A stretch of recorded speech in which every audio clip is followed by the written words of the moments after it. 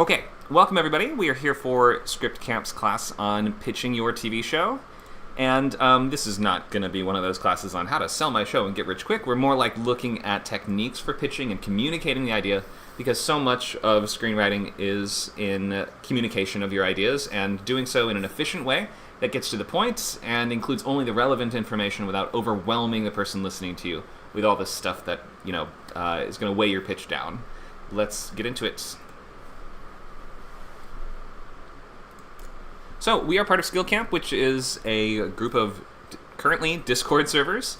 We are a nonprofit that offers free and low-cost classes to help you reach your life goals. We have lots of different servers, which you can see here, including our main base, which is Script Camp, with our most members, more than 5,000 members. Though we also have Word Camp with novel classes on Saturdays from 12 to 2, Game Camp with game design group meetups Wednesdays at 6 p.m., and lots of other groups and events that you can see on our list here. We're starting up coding classes in December and short film boot camp on Film Camp. Those are both in the next month. We have multiple boot camps going on at any time. There's always feature, TV, and novels. Feature currently Friday from 6 to 8, and TV 11 to 1 on Sundays. That's this current slot, with, I mentioned, Saturdays being novels from 12 to 2. We also have multiple writers' labs every week, so if you're a supporting member, not only do you get access to the complete boot camps, more than just these free and public classes, but also you can take every class in the whole course that takes you from idea to finished draft of a brand new script, or a brand new manuscript, or short film, or perhaps software development. Like, every boot camp has its own goal associated with it. But in any case, you can just stick around and attend the free stuff if you want, and that'll include the first week or two of most of these longer courses. But if you sign up from just $19 a month for unlimited membership, then you get access to every single course, event, and workshop on every server. You can sign up monthly or yearly. The yearly is that 40% discount that gets you just $19 a month. We also have advanced labs, plenty of readings and swaps and genre groups, and just something happening almost every day. So definitely come join us on Discord if you're watching on one of our other platforms like YouTube or Twitch or Twitter. We're broadcasting simultaneously on all of these other places, and we can still see your comments, but sometimes it just takes a few minutes for them to show up. So it's easier if you just join us on Discord and be part of our community. I see a comment in the chat that someone found us through Twitch. That's so great. We sometimes get comments from Twitch, but we never know. Do we have consistent viewers on there? Or we have no clue. So, just a little bit about me. Most folks know me here already. I have been a pro writer since 2017 when I got signed for the first time off my screenplay. And since then have written on shows like Creepshow, and I've set up scripts in town there's one that I just set up in London that I can't quite announce yet. But mostly I'm writing horror, thriller, and action kind of stuff. But a really wide variety of genres, everything from Western, sci-fi, pretty much everything except for drama and romance. And I don't really do straight comedy either. But I'll do like a weird dark comedy or an action comedy or stuff like that. Mostly a genre writer. But no matter what you're writing, you can find a place in our course, and we can try to give you the guidance that you need to figure out what you're doing and figure out how to get organized and actually start producing scripts or manuscripts in the genre that you want. Many people think about these aspirations they have of being a writer their whole life, but then they're like, well, I kind of give up because I don't know how to get organized or get from start to finish. I just have vague ideas that I don't know how to get into the proper shape. And that's what these courses are all about. We are here to talk things like structure, pacing, character, dialogue, and all that kind of like technical stuff that's going to get you to the next level. And also, it is super important that you continue to be reading. Like, just writing alone is not going to be enough, so we recommend, if you're in the TV course, you be reading at least one pilot every single week, one professional pilot. I would recommend more like 3 a week, especially if you're reading half hour. Those do not take long to read. If you can't make at least an hour a week for reading, you certainly cannot make time for writing, so you must continue reading as well. Every week in our boot camps, we ask things like, what's your progress, and what have you been reading lately? So start, if you don't really love reading scripts, then you're not going to write very good ones, in the same sense that if you hate sandwiches, you're not going to be a good sandwich chef. What's a sandwich chef? Sandwich artist? Isn't that what they call them at Subway? Anyway, you guys get the idea. So you can join us at scriptcamp.net to find that link to our Discord server. You can watch us on YouTube or on Twitch or Kick or whatever else, Facebook, I think we're even on. Or you can join us right here, and you can do that by indicating in the chats if you plan to sign up. We'll have a poll that we'll post, and you can click those little blue numbers to indicate I plan to sign up, or maybe I have questions and I'm not ready to sign up yet, or things like this. So, scriptcamp.net, you can sign up on the main page for unlimited membership for access to everything right away, including exclusive member channels, Writers Lab access, and full courses. So we hope to see you guys sign up today. Let's look at our overview for today's class. We're looking at pitching shows. So we'll start with pitching tips and just an overview of what pitching TV is like. The concept of personal connection. I actually didn't add this to the overview, but we'll look at buzzwords and current trends and things that executives say that they're kind of looking for and trying to decipher and get to the bottom of what on earth they're actually talking about. I have a slide for picture prompts as well today, so depending on if folks have something to actually pitch, then you can try it. Even if it's just at a very, very early state, then you can tell us what you've got and we can try to help you shape it into a stronger idea for a TV show. Or maybe you're just so early that you just want to ask questions and go over the very basics of the concept, and we can start figuring out what the engine might be. I would always rather spend the time working with people one-on-one and with the group, of course, but like working on your personal projects and moving you forward rather than just going over slides. So if you do have those personal projects, then I would get your notes out and be working on those throughout class until we're ready to share towards the end. I would use this class I would use classes like this to share and get the feedback that you need to get to the next step. I wouldn't try not to be too shy or precious about these ideas. If whatever your process is has not gotten you consistently finished high-quality scripts, then something in your process should change, unless it's just that you need way more practice. And that's what these are great for. This is all practice. Nothing has to be perfect or set in stone. You don't have to commit to anything. You don't have to turn in a final draft of your pitch next week or anything like that.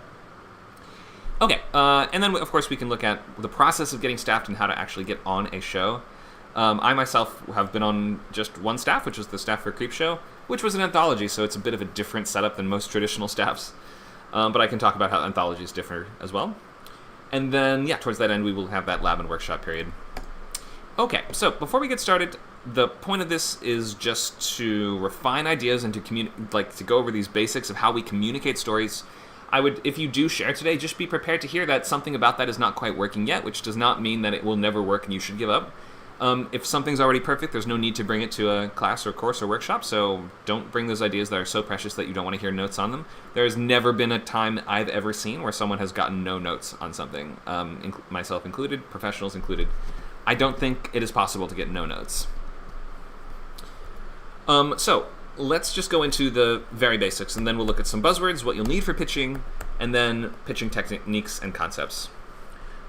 So to begin with, mostly when you're pitching shows, no matter what the buzzword of the week is, we're looking for, we meaning the TV world, the executives of the world, are looking for clear, original, high-concept pitches that bloom in the mind to suggest a compelling show with lots of episodes. That's a pretty universal understanding of this. We have your title and genre, including comps or clarification of that tone if needed. We're going to have your logline, which is going to be the one single sentence that expresses what is the show about, who's the main character, what are they trying to do, what's standing in the way, those basic sort of story, dramatic elements there. We may have two separate loglines, one for the series, which kind of explains the overall arc of what's going on in the show, and then a logline for just the pilot alone. You might include, usually when you're pitching a show, you don't have the pilot written already, but sometimes it can happen, so it just really depends. Most of the time, the advice nowadays is don't write the pilot, like start with the pitch. But if you don't have management, then you actually probably should be writing pilots first just to get good at writing pilots. Because if you go in with the pitch first, the expectation will be, okay, once you nail it in the room, then you'll go off to write that. And you have to actually be able to execute what you pitched. So there's no point in pitching unless you're really good at this. So if you have management, you're mostly not writing the pilots first. But I've even heard most writers actually do. Even if they're not supposed to, their management may not even know about it, but they will write the pilot on their own so they can make a better pitch, and then they just won't include that pilot as part of their pitch deliverables, or even mention it to anybody. So it is very common to do that, but in any case, pilots are important. Like, it's important. If you don't have the skills to be able to fulfill the promise that you will do a good job of this, then why would you bother pitching it? I hope that's clear. Okay, so get really good at writing pilots before you actually expect to be able to get a show on the air or things like this. It's a TV show is a multi-million-dollar company that employs up to hundreds of people for years. They don't just hand the keys to that to someone just starting out, usually. You have to really, really, really have a high level of skill and business knowledge in order to pull this off.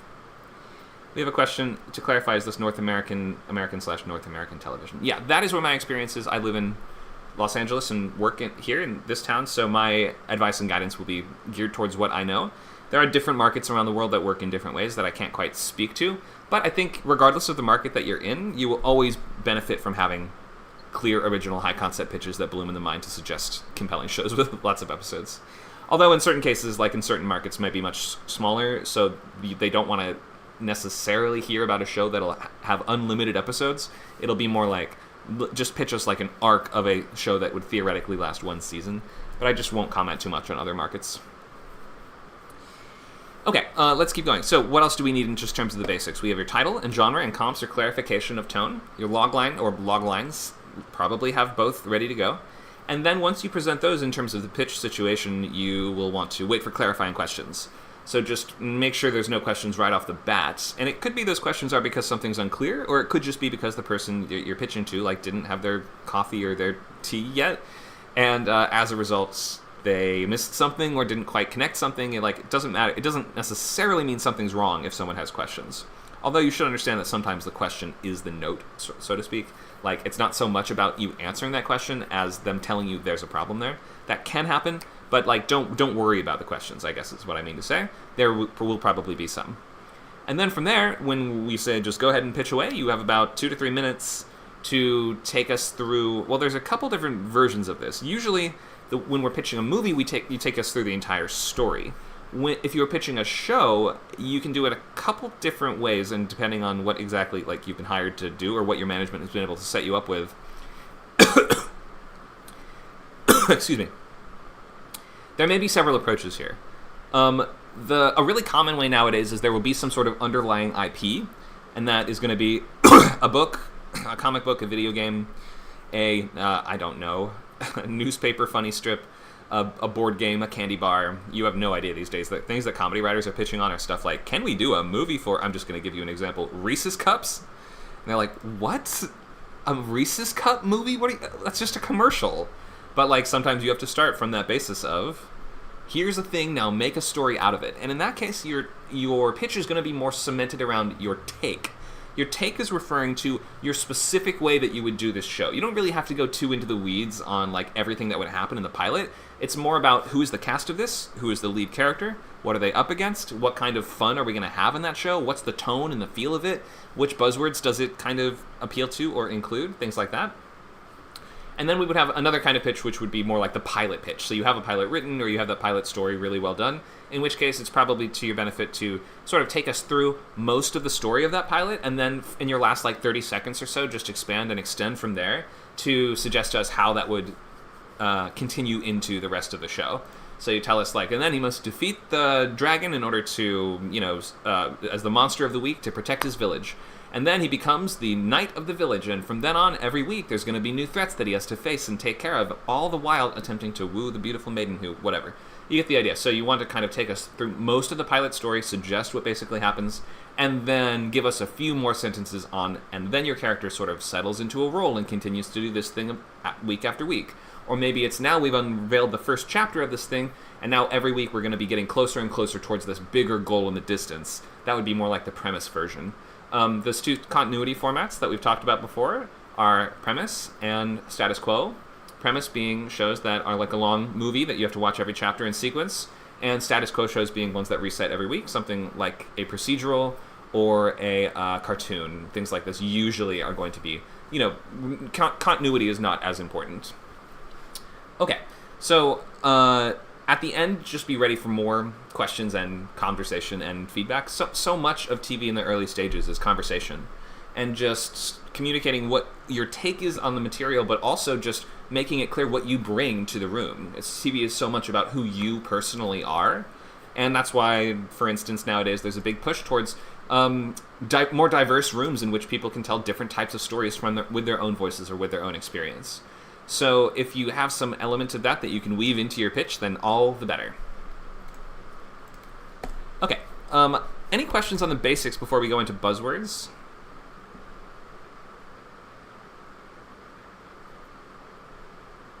I see a question in the chat. Is this only fiction or where documentaries count? I have no idea how you pitch documentaries, but I don't think it's quite like this. I have no idea. I think it's a different world. The nonfiction space. Different rules, different vibe. you should ask someone else who works in non-scripted. Good question, though.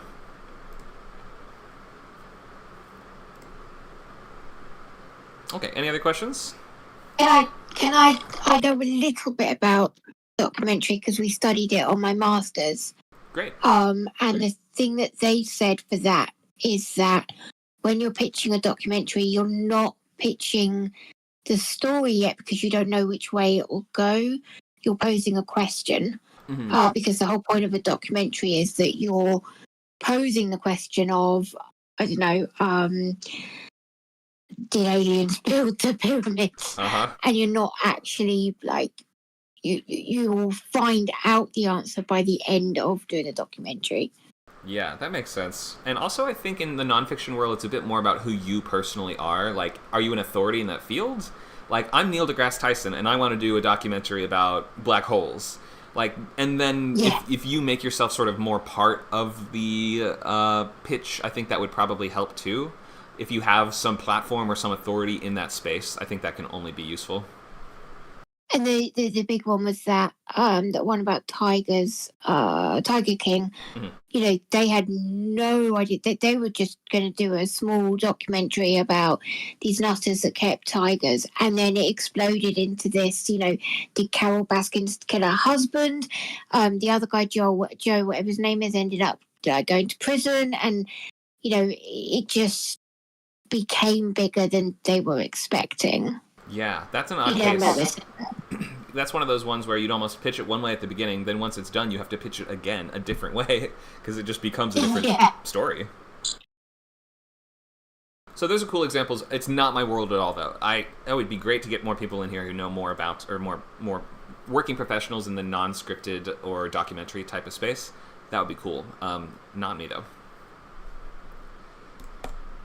Okay, if there's no more questions, we'll go into buzzwords. And so this is my best interpretation of these things. I don't know that these are necessarily the answers, and some executives might give you different answers than this, or even might say those buzzwords are old. Like the newest one, as far as I'm aware, is propulsive, but we'll get to that at the end. Okay, so these are mostly stemming from what are called network mandates. And network mandates are like a bunch of the higher ups at the network will have a big meeting every year, and they'll sort of decide what is the direction that we want to go with our content. We'll have to look at what's been successful, both on our network and on other networks, and what has flopped and on ours and others. And we use that to try to determine, like, combined with some, or along with some combination of our sort of mission statement as a company, and perhaps just the interests of the executives in charge and the pop culture and the news. Some combination of all of those things will lead to them having an idea of what they want to make. And the way that they express what they want to make is in these mandates that sometimes are full of just like the most annoying corporate stuff you've ever heard. And they will usually boil down to these words that kind of have a bunch of meaning packed into them that is sort of hard to parse unless you know what it is. So they will say, this year we're looking for sticky shows. So let's start with that one. So sticky shows are shows that have moments that resonate strongly that the audience will want to keep discussing after the show ends.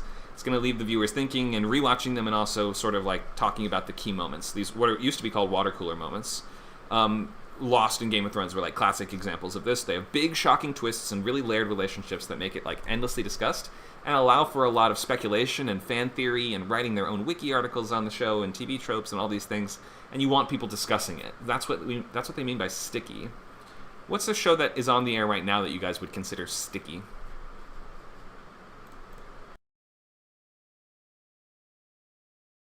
I'm also going to zoom in because the text is kind of small.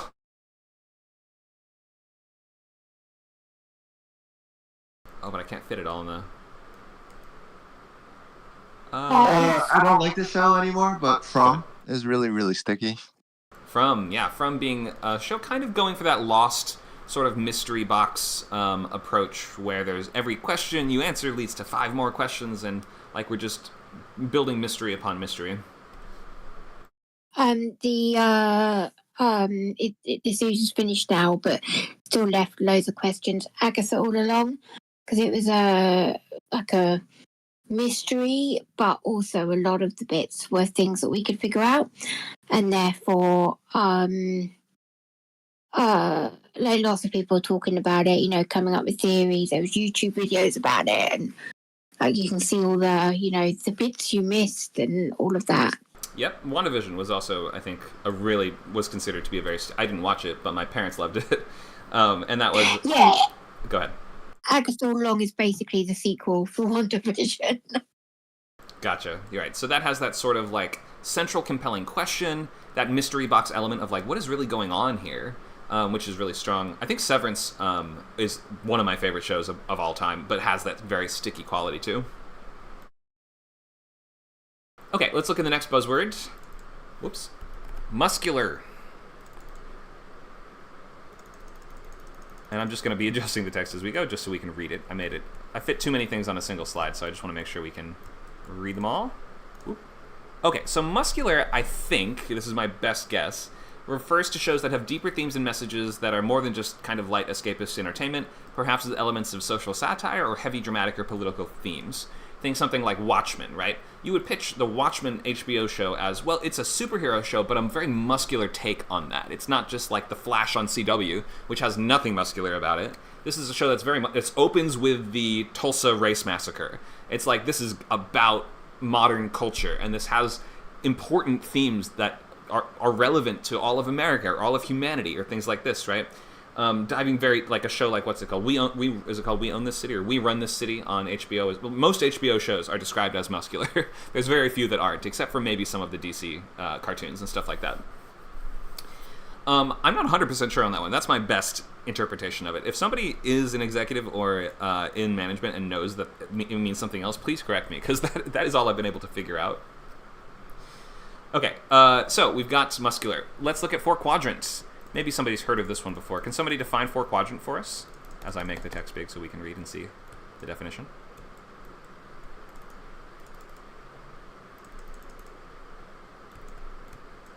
Anybody heard this term before?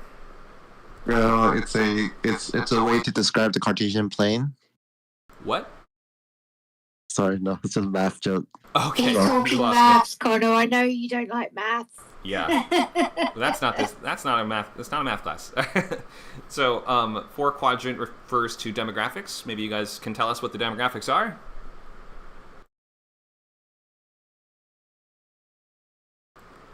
It's right on the page. I was going to say, you've literally written it there. Tell us what it is. Young and old, male and female. Yeah. Seems kind of reductive, right? And it's extremely reductive. Young and the four types of people: young, old, male, and female. That's so dumb, but you sort of see what they mean, right? Let's list some four quadrant shows. I've listed two here. Stranger Things is like the most four quadrant show on TV right now. Why is that? Because there are cast members all across the board in terms of age. We've got kids, teenagers, and adults all with equal importance. We've got really easy to understand storyline with characters that are super easy to root for. There's not that much like moral complexity, or there's a little bit, but it's not like we're not in Breaking Bad where like your characters are constantly doing horrible things and screwing each other over, and the worst of humanity wins. Four quadrant shows are usually a bit lighter, and if they have darker elements to them, then they're balanced out by that sense of hope and lightness. Mandalorian is another very four quadrant show. We've got a badass bounty hunter guy. We've got a cute little baby guy. They have adventures together. I guess the only one that's I guess in that one, for instance, you can see what are the four quadrants: young and olds. Young people love little cute characters. Old people are down for shoot 'em up Western adventures. Especially because that show has such a Western vibe to it. The older audience is very familiar with Westerns, and they used to be a mainstay of TV. We've got your gruff, manly hero who doesn't talk too much or show his face, who anyone can project on and sort of think is cool in his own way because he is cool. You've got your male and old. You've got your young, and then female. I think also female demographic loves not only that sense of cute characters, but that sort of protector-mentor relationship. I think is really big with female audience.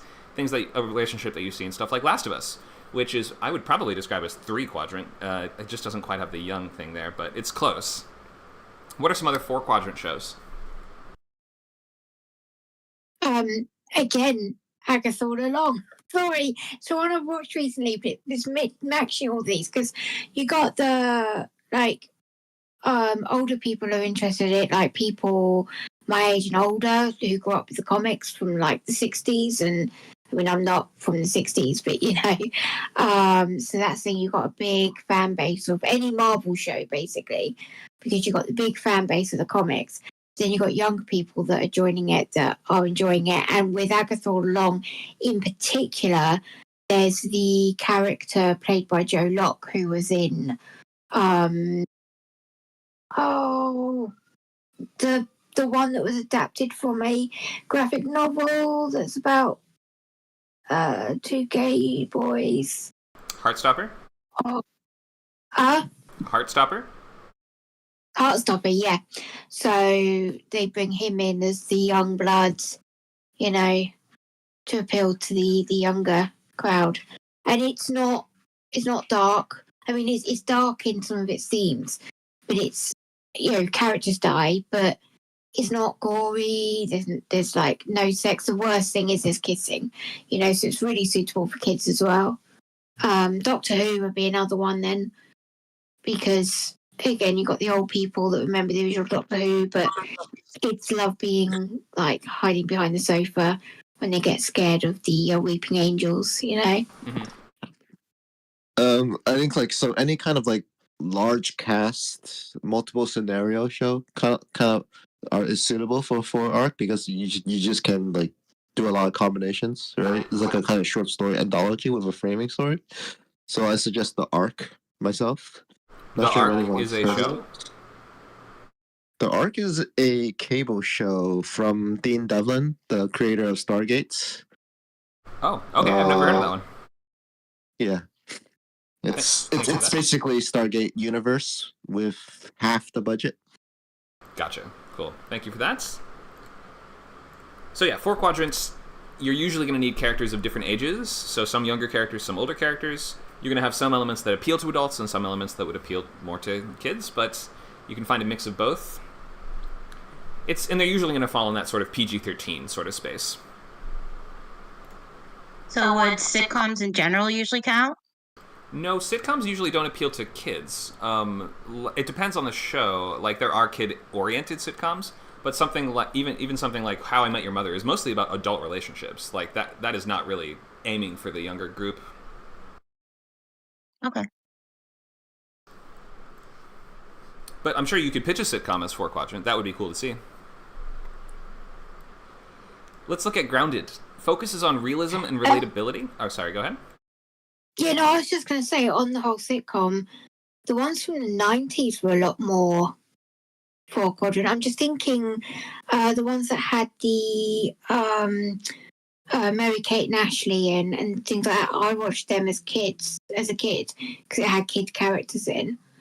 They don't really do that so much anymore. Good point. Yeah, that kind of family sitcom. Right. The family sitcom was really big in the 80s and 90s, or I mean earlier than that, but like up through the 80s and 90s. I think actually probably the biggest 4 quadrant sitcom of the past decade was Modern Family. Yes. Yeah.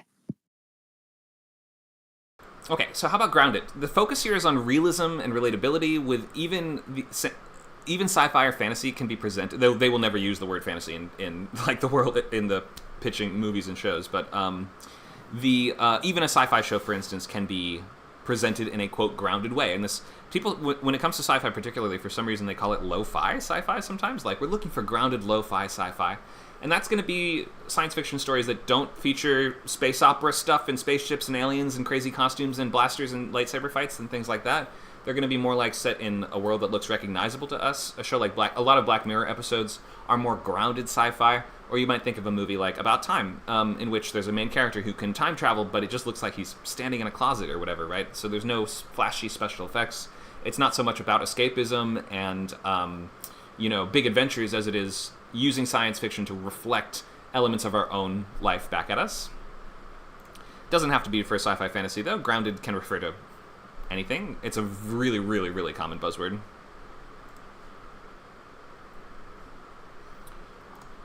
Okay, what's a show that's on right now? I've listed The Wire as an example, but what's a show that you guys would consider to be grounded?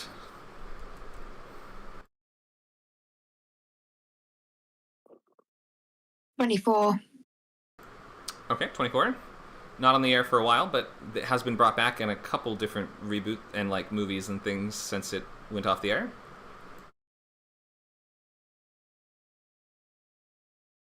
Anybody watch like Abbott Elementary or shows like this that are kind of about existing systems and the way that they influence our current modern life?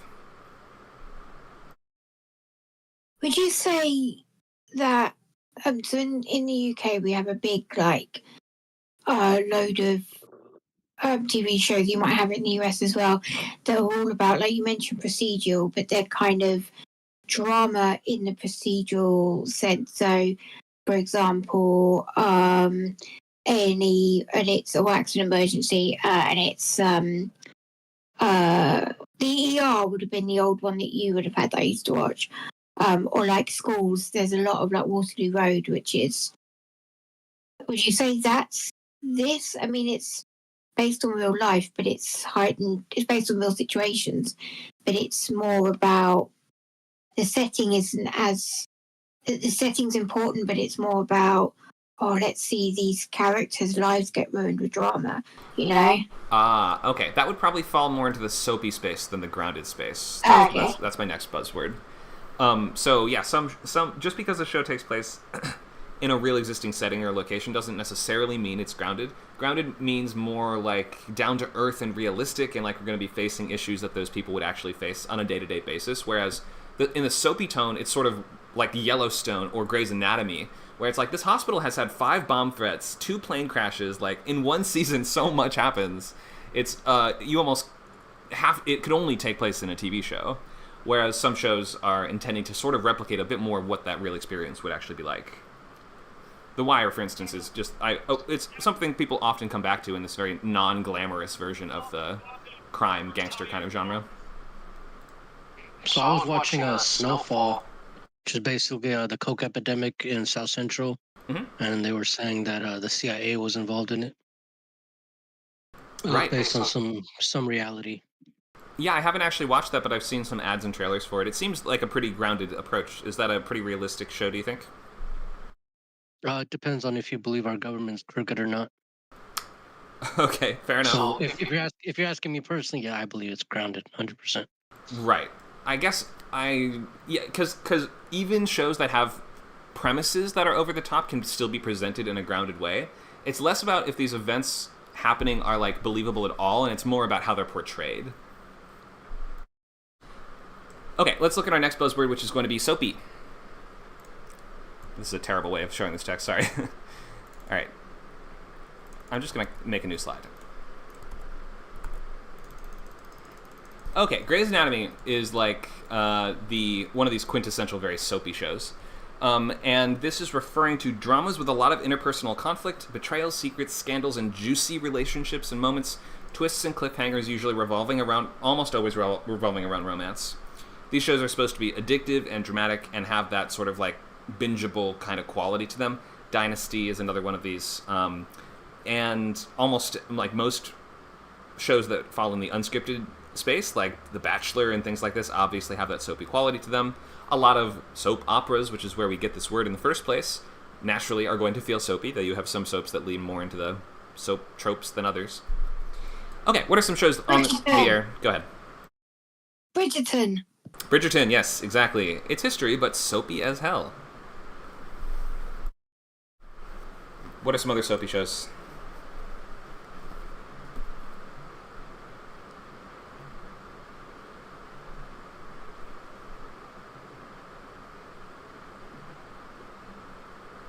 All the soaps. All the soaps. Neighbours, Coronation Street, EastEnders. Okay. Yep, soaps are indeed soapy. Go ahead. Animal Kingdom. Animal Kingdom, yeah, it had a bit of that soapy quality to it. I don't know if that's on the air now. Yellowstone. Yellowstone, definitely, yes. A lot of things in the sort of Taylor Sheridan space are a bit soapy. It's basically Dynasty. Right. You guys might not know it, but I think Kill Me, Love Me, Korean drama might count. Never heard of it. Does it have lots of juicy scandals and betrayals and relationship drama? I believe so, yes. Almost certainly then. I think a lot of Korean dramas would be described as soapy by American standards. Okay, I think we have one more buzzword. Propulsive. Okay, this is the new one. And all I can do is theorize on what exactly this means. So, and this is like from even just this year.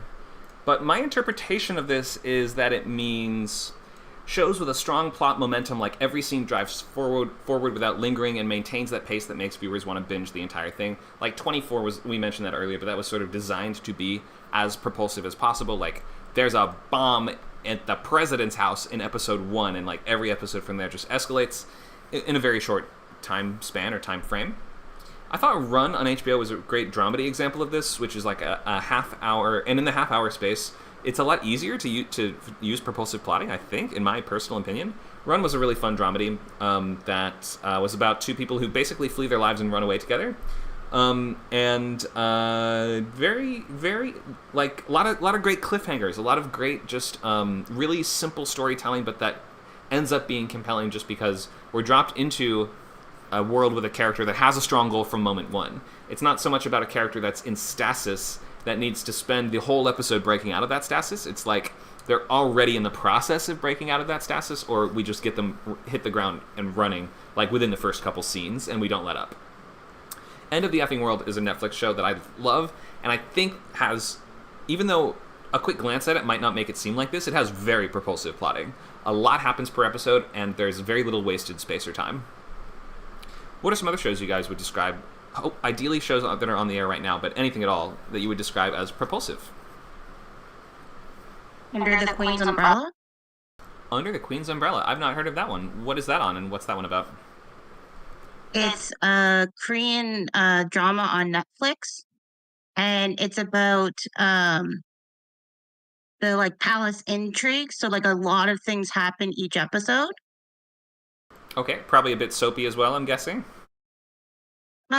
Yeah, it could be described as soapy as well, but I would say it's more propulsive. Cool. Okay. Great, thank you for that. You really do watch a lot of Korean shows. You weren't kidding. I almost exclusively watch Korean and Asian shows. Oh, cool. Well, that'll be a good other perspective. I don't think we have a lot of viewers of those here. Go ahead. I got a question about that too. If you were to sell one of these to, how would you sell it to like Japan or India? I Would have you no have idea. to be from there, or would it have to be good enough for them to notice it? Or First off, you have to join a triad, and then No, you Sorry. don't. Yakuza? Yeah, my Not cousin's quite. Yakuza. I could do that. The answer is I have no idea. Sorry, I don't think this usually happens, except in the case of if you write a show that is a big hit, then they sort of localize it to many other countries. For instance, The Office has been localized to like almost any country you can think of. There's like different versions of The Office all over the world. That can happen sometimes, but it's very unusual for an American writer, unless they have strong roots in that country, like you're a dual citizen, or you were born there, or you speak the language at the minimum. I don't think it usually happens that American writers are pitching and selling shows to foreign markets. Maybe it's happened, though. I just have never heard of it. If somebody has some link or example of that happening, do let me know. I believe The Office was actually British first, wasn't it? Or was it American first? It was British first. Yeah, I thought so. I know that a lot of the British shows get exported out to different countries. Yeah, it can happen. So, Some of the yeah. some of the ones that are adaptation, like Discovery of Witches, the author is American, the original author of the book, but the show was done by the British. That can happen, for sure.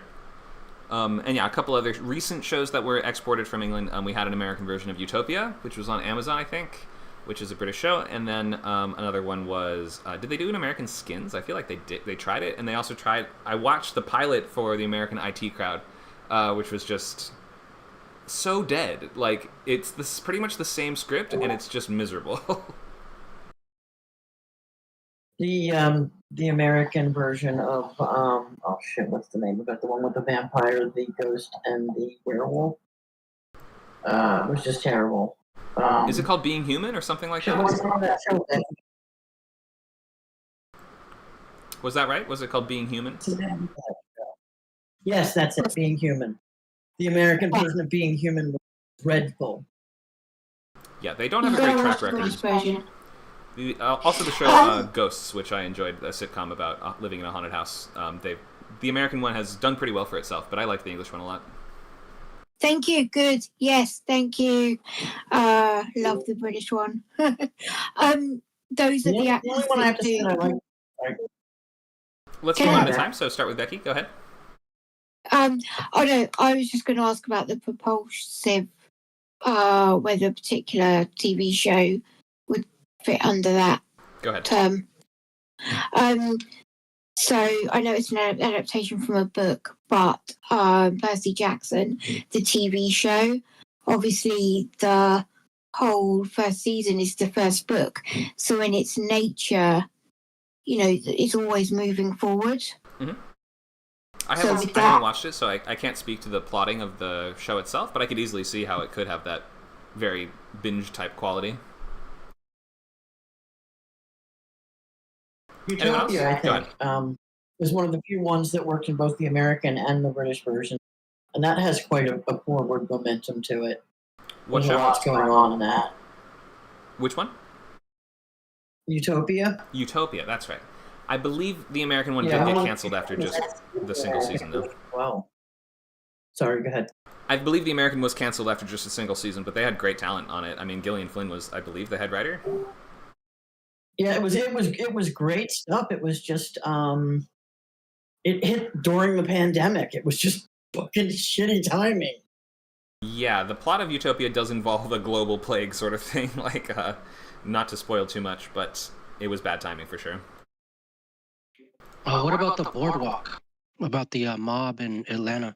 Boardwalk Empire. I haven't watched it. Have you watched it? Does it have propulsive plotting?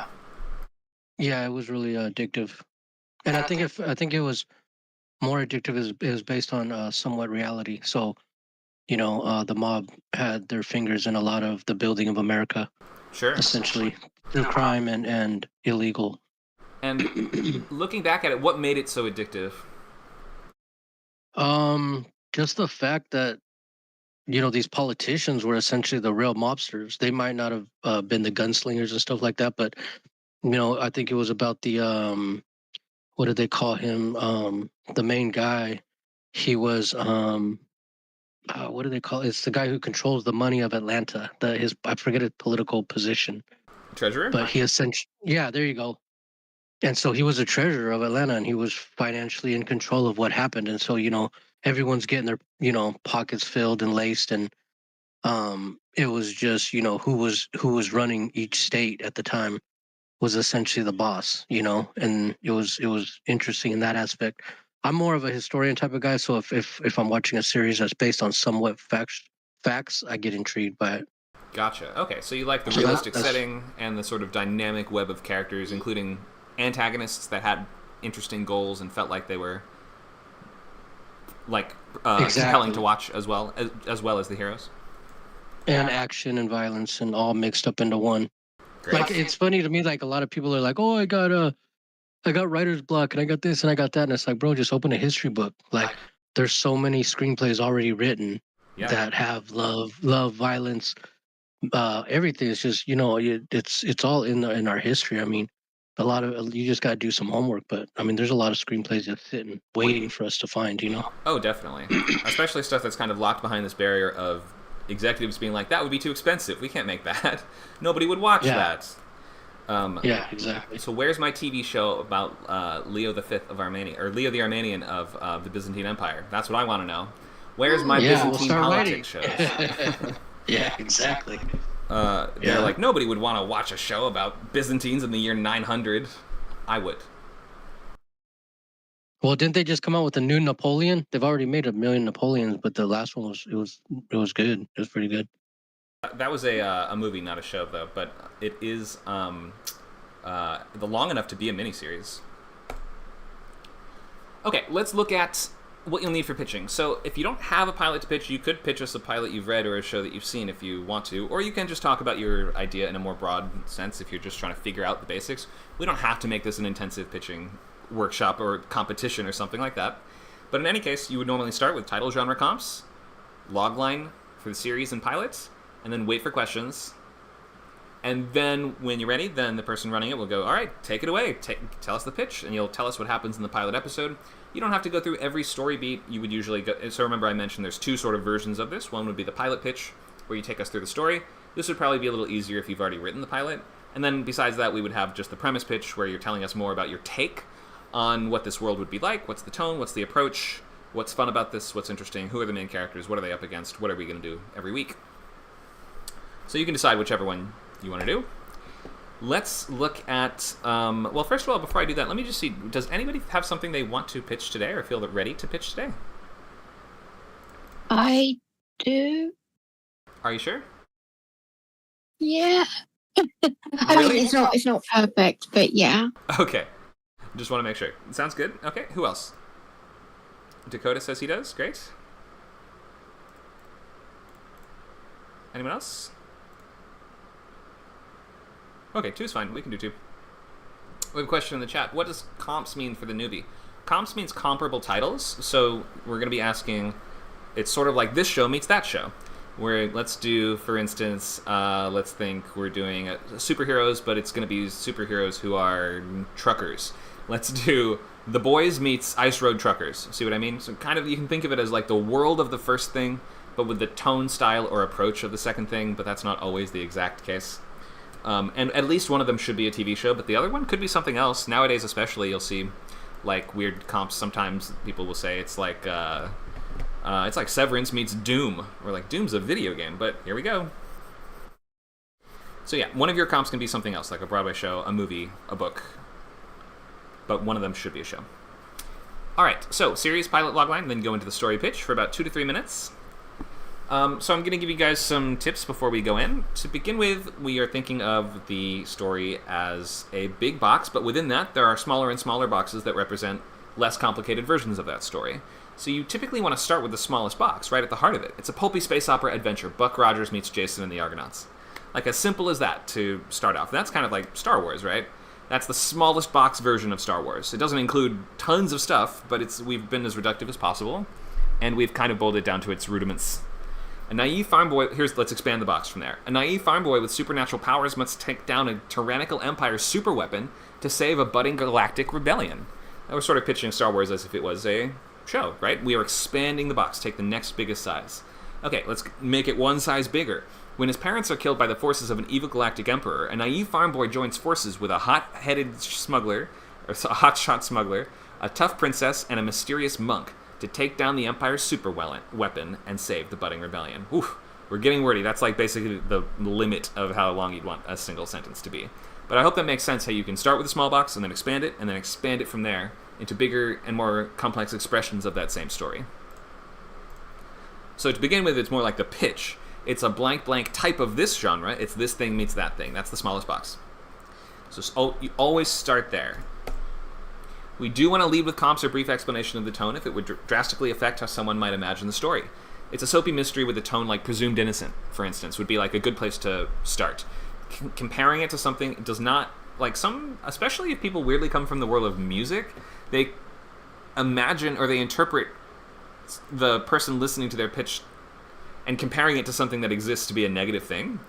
Like, oh, your sound is kind of like Nirvana. It like makes people so mad if they're like, we're nothing like Nirvana. But it's actually a good sign if the person that you're pitching to is like, oh, it's sort of like this. That's not them saying that you've done something wrong, unless the plot is exactly the same. But them going, oh, I get it, it's kind of like Grey's Anatomy. Like, it doesn't mean that you should lean away from that and go, no, it's not. You should, in fact, most of the time lean into that and tailor or sort of like move your pitch in that direction a little bit and say like, oh yeah, it is kind of like Grey's Anatomy in these kinds of ways. And clearly, if that's something they brought up, then maybe it's something that well, maybe not clearly, but if they brought it up, then there's a chance that that is the direction that has intrigued them, or it shows that they understand it. Or they're starting to understand a version of it. So people pulling out comps like that or comparing your show to other stuff is not necessarily a bad sign. Don't think that's a bad sign. So do make sure you clearly laid out the story's walls, so that's time frame, boundaries, and ticking clock. If this is intended to be a miniseries, then it should be really clear how this is not going to be unlimited episodes. And if this is a show that is intended to be a status quo sitcom or procedural or something like that, we shouldn't pitch it in such a way that it's like, we're trying to catch this killer. It's like, really, are you going to try to catch that killer for 6 years of the show? I understand some shows are sort of like that, but if that's not the engine, then it shouldn't feel like that's what you're trying to suggest the engine is. The engine is that sort of invisible amalgamation of elements that are going to suggest fuel for your story's fire, that are going to create conflict, interesting dynamics, and essentially fuel for episodes for many, many years. So make sure that it feels like you've laid out the walls in terms of the size of show that you're actually pitching. Time frame can be useful there too. Well, I always share this example of the Ozark pitch, which is sort of like, a guy has 5 years to launder $500 million. Okay, that feels like a 5-season prestige Netflix show, which is exactly what it is.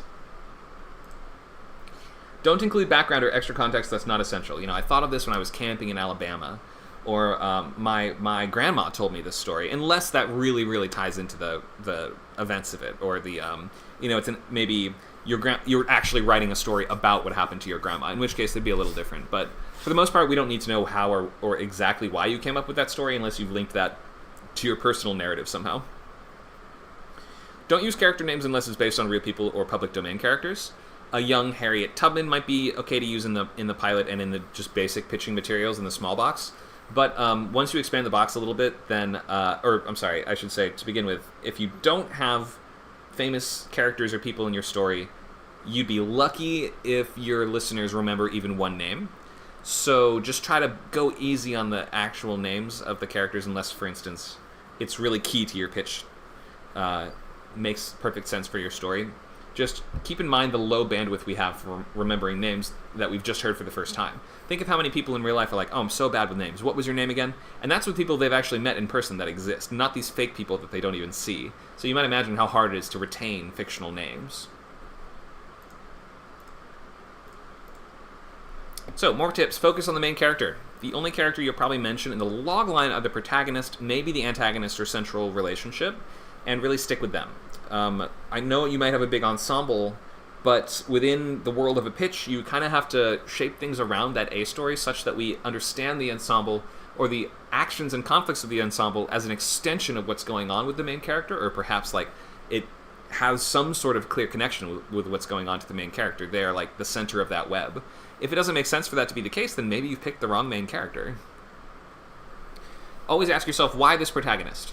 We want to always be implying that internal journey that will intertwine with the external one. If this is a purge-type society where every day at midnight, a random guy is chosen to be publicly hunted for a bounty, a guy becomes the target and must escape. That's a pretty good start for a premise, like where you begin, but in terms of like a finished pitch, we'd want to clarify why that guy. Like, that guy is particularly desperate for, like, what was it, in The Running Man, basically, it's sort of like that, isn't it? A guy who's desperate for money needs to sign up for this to get money for his ailing family, or something like this. We just want to clarify what this person is up against, not only in terms of the external threats, but how do their own flaws or conflicts or dynamics get in the way of that and maybe impede their progress towards their goal, or amplify their progress towards their goal. So their tactics might come into play as well, their limitations, their flaws. We want to know why this hero. Just a guy or just a lady is usually not enough info. Motivation and urgency. It should be clear that your character has to act, and why, with their conflicts coming with the highest possible stakes and consequences for the genre. So it should not really feel overly internal like a novel. Sorry, this says like a TV show. That's from my feature pitch. It should feel episodic. There we go. Should feel episodic, but not overly internal.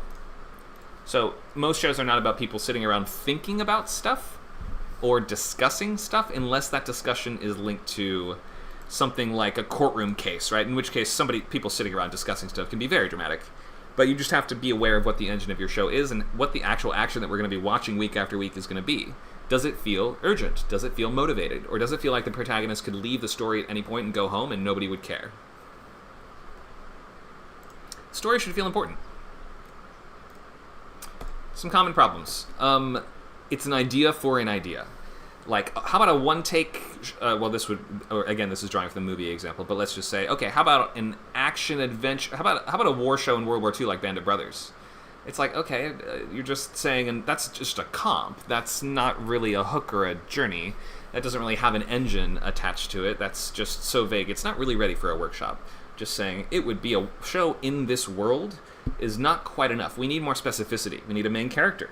We need clear, concrete tactics. We need an opposition, a central relationship. What's the ensemble doing? We have so much more info that we need. No clear hook. Story sounds down the middle, like a description of the genre. Where's the specificity? When her family gets murdered, a Brooklyn housewife must hunt down the killers and get revenge. What's the hook there? She's from Brooklyn? Is the hook the location? Is it the character's tactics or limitations? Is it the opposition? You have to center, or is it the central relationship often makes for a great hook? How many crime or cop shows are just like this guy and this other weird guy must work together to solve crimes? Or this one lady and this weird guy that she teams up with, that they're in love, they have to solve crimes. Or maybe it's one of them's a psychic, or one of them has OCD, or one of them has some special skill set, or one of them can always tell when people are lying, or one of them's an alien, or something like that. You can see so many. It just makes for such an easy high concept pitch to say this meets that. The world of this person has to team up, or has to collide and clash with the world of that person. It's a really easy spot to be in, and I would use that central relationship can galvanize and juice up an otherwise non-functional premise. But make sure there is a clear hook. I think these are more movie-ish, so I'm going to skip over these for now. Let's go to personal connection. So the story needs to come from you, people, is the common perception. Why are you the right person to write it, and why will other people care? And these are questions that you're going to fill out in essay form on things like applications for scholarships or programs like Blacklist Labs. But in any case, your personal connection to the story is intended to get executives to find their personal connection to it too. And this is the one place where I've actually even heard the advice from pro writers, just lie. If you don't have any kind of personal connection at all to the material, make it up. You're a writer. And time to show us that. Like, if you get the show on the air, they're not going to take it off the air because they found out that wasn't true. So this is the time to lie and say you have more of a personal connection to the thing than you really do. So try to make your story universal in a way that draws others in, but specific enough that they will see that audience who could become diehard fans. Think of a time in which you spent in a similar world to that show, or something you went through that was similar to what that character went through, or some element of that character's background or experience that mirrors your own. Something related to your upbringing, or culture, or religion, or disability status, or anything at all. If there's nothing, can you reasonably make something up, is always the question here. I will say a really common one nowadays, and maybe is a bit overplayed so you won't get as much juice out of it, is the main character is neurodivergent, and I'm neurodivergent. Yeah, it feels like maybe 50% of pro writers are neurodivergent in some way, and you just won't get that much juice out of this, in the same way that if you're like, well, the main character is bisexual, and I'm bisexual, maybe you'll get some out of that. Like, it just sort of feels like it's such a, maybe just culturally it has become so common, discussed, and talked about, and also just featured in so much media that it doesn't feel like as specific of a personal connection as it should be. I see a comment in the chat. Lying about your connection to the story is no replacement for having an authentic connection to the story. Oh, yeah, by all means, if you have an authentic connection, definitely draw on that first. But if you can't think of anything, you are a writer. Any questions about pitching the show, based on the slides that we've gone through and what we've talked about so far?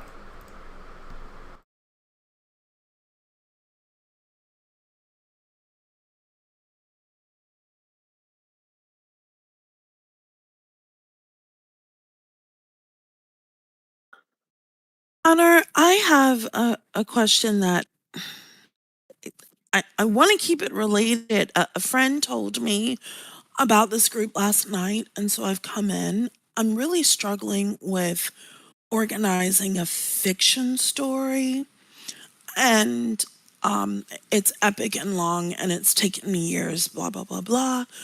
But the reason I'm here is to try to understand whether or not it might work to my advantage to try to use television shows, the episodic outline, to help me structure my story, and then to write it as a book. So not writing the television show to pitch it, but to help me organize. Is that something, am I reinventing the wheel? Is that something that could work? That's a good question, and we can go more into the specifics in the lab portion at the end if you want. But you are sort of reinventing the wheel, considering there's already a bunch of ways to organize novels, you're talking about a novel, right? Yes. Yeah.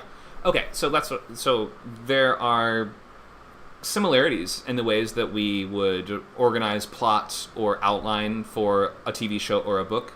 it's probably more similar to books and TV is more similar than books and movies, because movies are more like short stories, whereas TV shows a book is more like a season of TV, just in terms of length, for the most part, unless you're writing that really, really focused, contained type of story.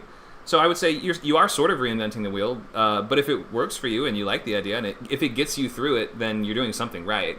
But if it's not getting you through it, and you're getting yourself more tripped up and wrapped up in the weeds on like, now I have to sort of write it as one medium, then reimagine it as another medium, then it could be that you might just be better off approaching it as a novel and outlining it as a novel and using those tools instead.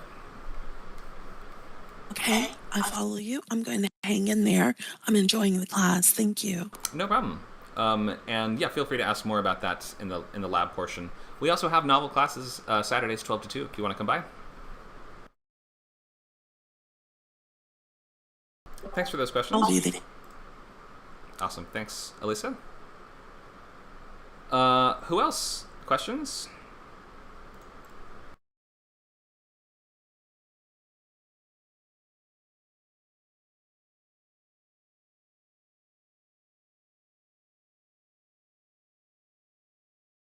Okay, if there's no more questions, then let's open the floor to the folks that mentioned they wanted to pitch today. Who wants to go first? I can, just to get the ball. I think that's Dakota. Something about, I have your volume on max, but it's really quiet. Is it? Yeah, Yeah, I can't hear you, very, Dakota. very quiet. Oh well, hold on. Perhaps a mic input issue. You can click the gear icon to go to user settings, then voice and video, and you can turn up your input volume. Or you might just want to try with a different mic or use your phone. We should get a microphone company to sponsor the pitching class. Like, this is the microphone Conor recommends. Pitch your show. My current one is broken, so I wouldn't even. I'd be bad at pitching that. I clearly don't take good care of my blue snowball mic. You could do extortion. That works too. How about now? Is that any better? It's still very quiet. Okay, we can move on. It's okay. Yeah, move on. Move on to the next person. I'll figure it out. Okay, I'll call on you in a few minutes and see if you can get it fixed. Yeah, iPhones usually work really well. Okay, who else would like to go? I was want to share my document. If you have one that you want to share, yeah, sure. Let me just make it so you can actually access it. That might be helpful. It's still a work in progress. I've attempted to rewrite the outline using some advice that Nacho gave me. Like, it's kind of a mess, but I can do my pitch. So I'll let you have the document, and then I'll do my pitch the best I can. Okay. Okay. You ready? Let me open it up. Do you want me to do it like you were saying with the stuff? Yeah, let's start with the title, genre, logline, and comps. Okay, so the title is Harrington Hall. It is a period drama set in a school. Comps would be and the show's completely gone out of my head. Nacho, help me. Abbey, wasn't that one of them? Thank you. Downton Abbey meets Waterloo Road. Waterloo Road is a British TV show set in a school. The people I'm pitching it to would Waterloo Abbey. Waterloo Road. Oh, my mistake. Returning from the Great War, a progressive headmaster at an elite boys' boarding school battles a conservative board to omit funded places for working-class boys, risking his career as the financially struggling school's future hangs in the balance. All right. Thanks for that. And that's the series I hate outline. it. You hate it? That's the series pitch. I hate it. It doesn't say what it is at all. Okay, no problem. Let's break it apart just a little bit, though. So it seems like you've saved the stakes for the end, which is the school's in dire jeopardy. So I think you probably would be better served placing that up front. Returning to the war to find his beloved school in dire jeopardy. You know what I mean? So that's where I started going. You can see if you scroll down to the bottom, I started trying to rewrite it right at the bottom. Keep going, keep going, keep going. There. I started trying with that. Headmaster Reverend Harwood returns from the Great War with a new progressive vision to find his beloved elite boys' boarding school in a complete disarray and on the verge of bankruptcy. That was so wordy. Yeah. So, with a new progressive vision, I would still save the progressive vision for after the problem. So I think it's Headmaster Reverend Harwood returns from the Great War to find his beloved elite boys' school in complete disarray and on the verge of bankruptcy. There's your first sentence. Now, to save the school from bankruptcy, he sees an amazing opportunity to both, make the money and to advance his interesting new progressive agenda that he, I don't know, maybe learned about overseas, I think is sort of what you're saying? Yeah, just being in the war, so, Okay, so shaped the agenda that he gained, shaped by his experiences, I guess. But I think we need to know what the problem is before you go into his psychology or the tactics that he would use. And then to save the school, yes, he must win over a philanthropic. So this is the specifics. To save the school from bankruptcy, he must win over a philanthropic duke by proving scholarship funded. Is this an incomplete sentence? I guess it is. Yeah, I didn't quite get to finish it. By proving, basically, the Duke is very progressive and wants to fund working class boys in private schools, and so Harvard wants to be one of the first schools to have that. That's his vision, that this school could be at the forefront of this progression, but the board of governors, especially the chair of governors, are utterly against that. I have a big question. Maybe, so you said he was sort of shaped by his experience in the war, but that wasn't really clear to me until I thought about it a minute. Now I've sort of maybe realized what you're getting at. Is what you're getting at the fact, so like maybe even this would work better if, I'm getting ahead of myself. Let me take a breath before we go. Here we go. Was he what you might consider a regressive or conservative before the war? Yes. Yes, okay. He was still headmaster of the school, yeah. Great, so everyone expects him to come back and be the same. Yes. But while he was in the war, he gained a new appreciation for the working class because he served among them? Yeah. Got yes. it, okay. He was the chaplain, so he saw them. Okay, great. I was missing that connection, that he served with these working class boys, and as working class teenagers, which are the same as these are also teenagers, right? Even if they're a little younger, maybe slightly younger than the ones he served with. But that idea that through his service, he actually gained that appreciation and respect for, he was the officer, but he was shoulder to shoulder in the mud with working class lads, right? Well, he was the chaplain, so he's the one that read all the last rites, supported them through their, so he was right in the front line with them, looking after them. And are chaplains typically of the aristocracy type class? I guess they are. He's not aristocracy. He's the headmaster. In England, it was common for, and it still is, for elite private schools to be funded by the church. Therefore, they would bring in a reverend as a as the head of the school. Oh. So he's not. He's off the cloth. He's not. In England, we have like the nobility, and then really like high up there alongside them are the men of the cloth. I see. Okay, so they're connected, but not necessarily on the same plane.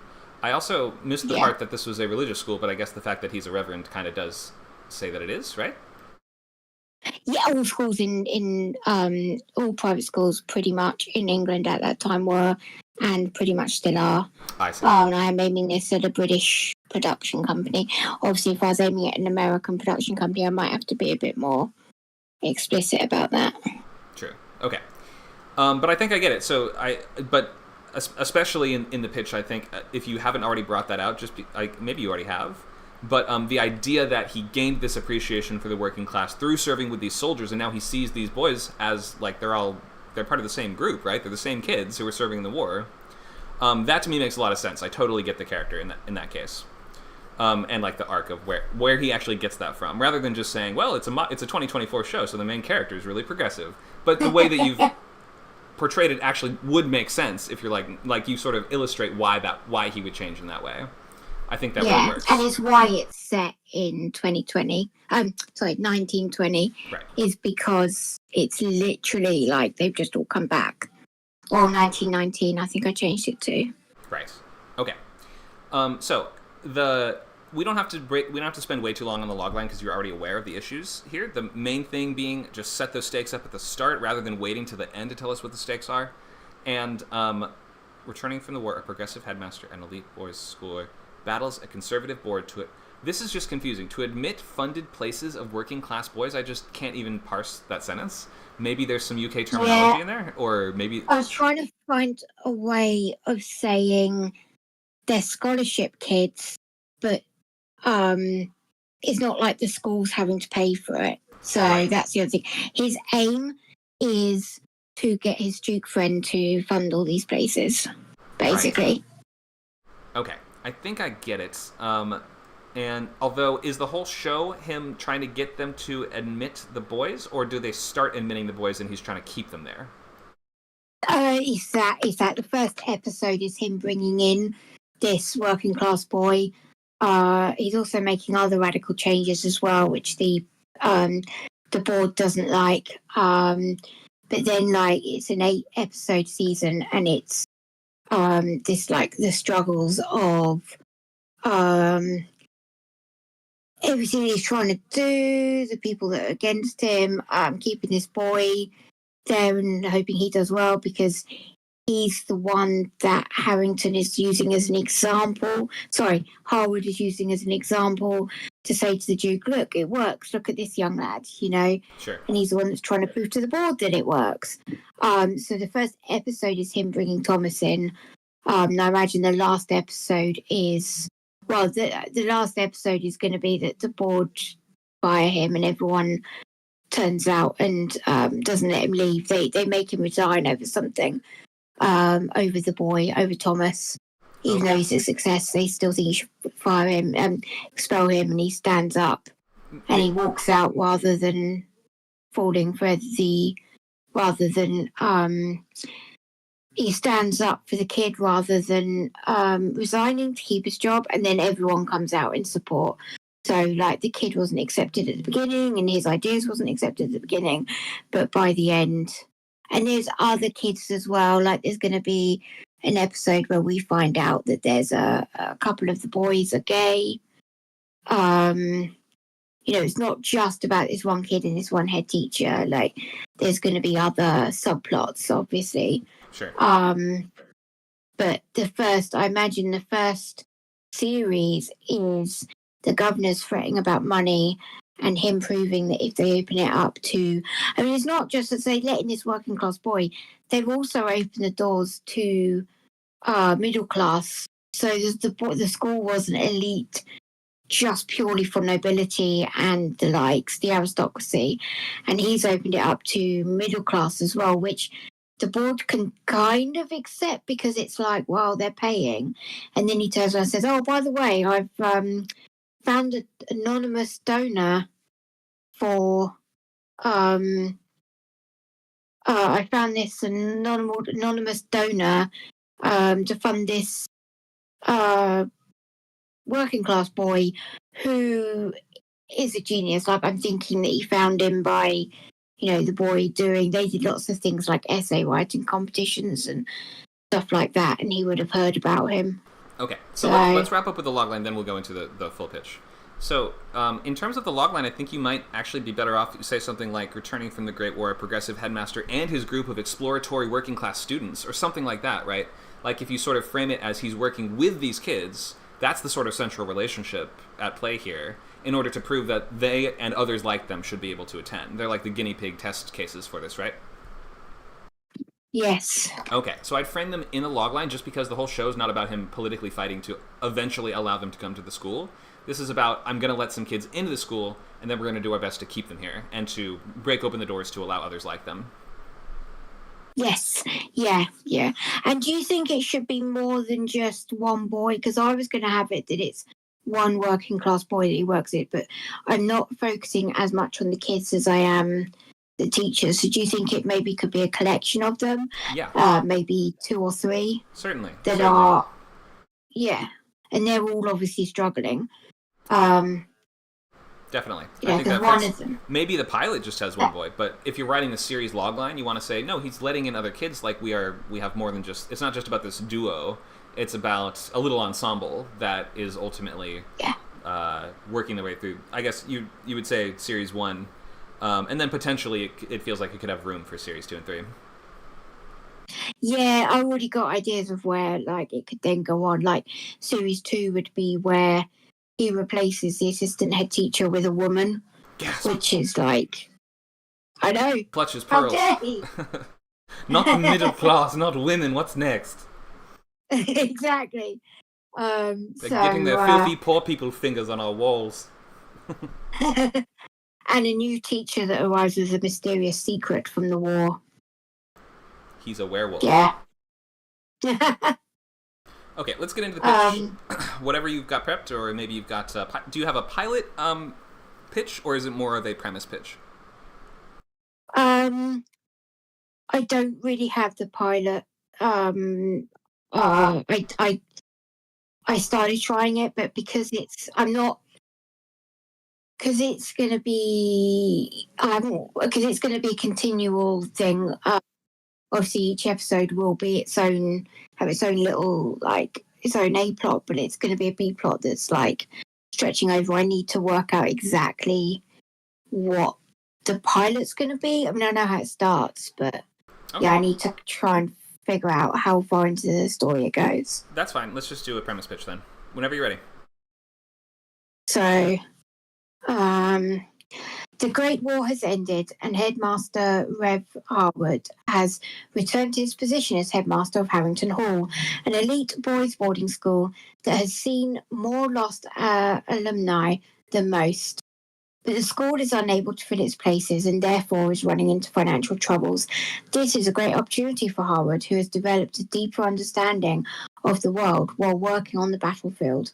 He is progressive and wants to give opportunities to people who are not from nobility backgrounds. The governing board reluctantly opens their doors to middle-class students who can pay, but Harwood has greater ambitions. He plans to get a philanthropic duke to fund scholarship places for deserving working class boys. And to prove it will be a success, he funds a place himself for a working class boy genius, Thomas. I guess that is the pilot. Unfortunately, the school governors do not agree with Harwood's new approach. They threaten his job and reputation should he fail, and make his life as difficult as they can. The newly promoted and governor-allied assistant head spies on Harwood, desperate to seize his position. Should Harwood fail, he'll lose his job, his livelihood, his reputation, and his house. And his house? Yeah, again, it's really common for headmasters to live on the school grounds. Oh, and his home, then? Yes, the school's not a house, is it? No. Okay, so he lives on the school full-time, and so then he will lose his home. Got it.